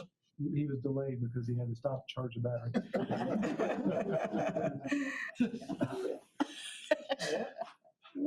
Unless there are other comments, I would entertain a motion from a member of the state board to adjourn. I'll make that motion if that's so. Mr. Raleigh, is there a second? State board? Second. I will do this by voice. All those in favor say aye. Aye. Opposed? Okay, let's move to the local board. Is there a motion to adjourn the local board? Motion to So adjourn. moved. And I'll take you as a second if that's okay. All those in favor of adjournment on the local side say aye. Aye. Opposed? We're adjourned. Thank you, everybody. Thank you.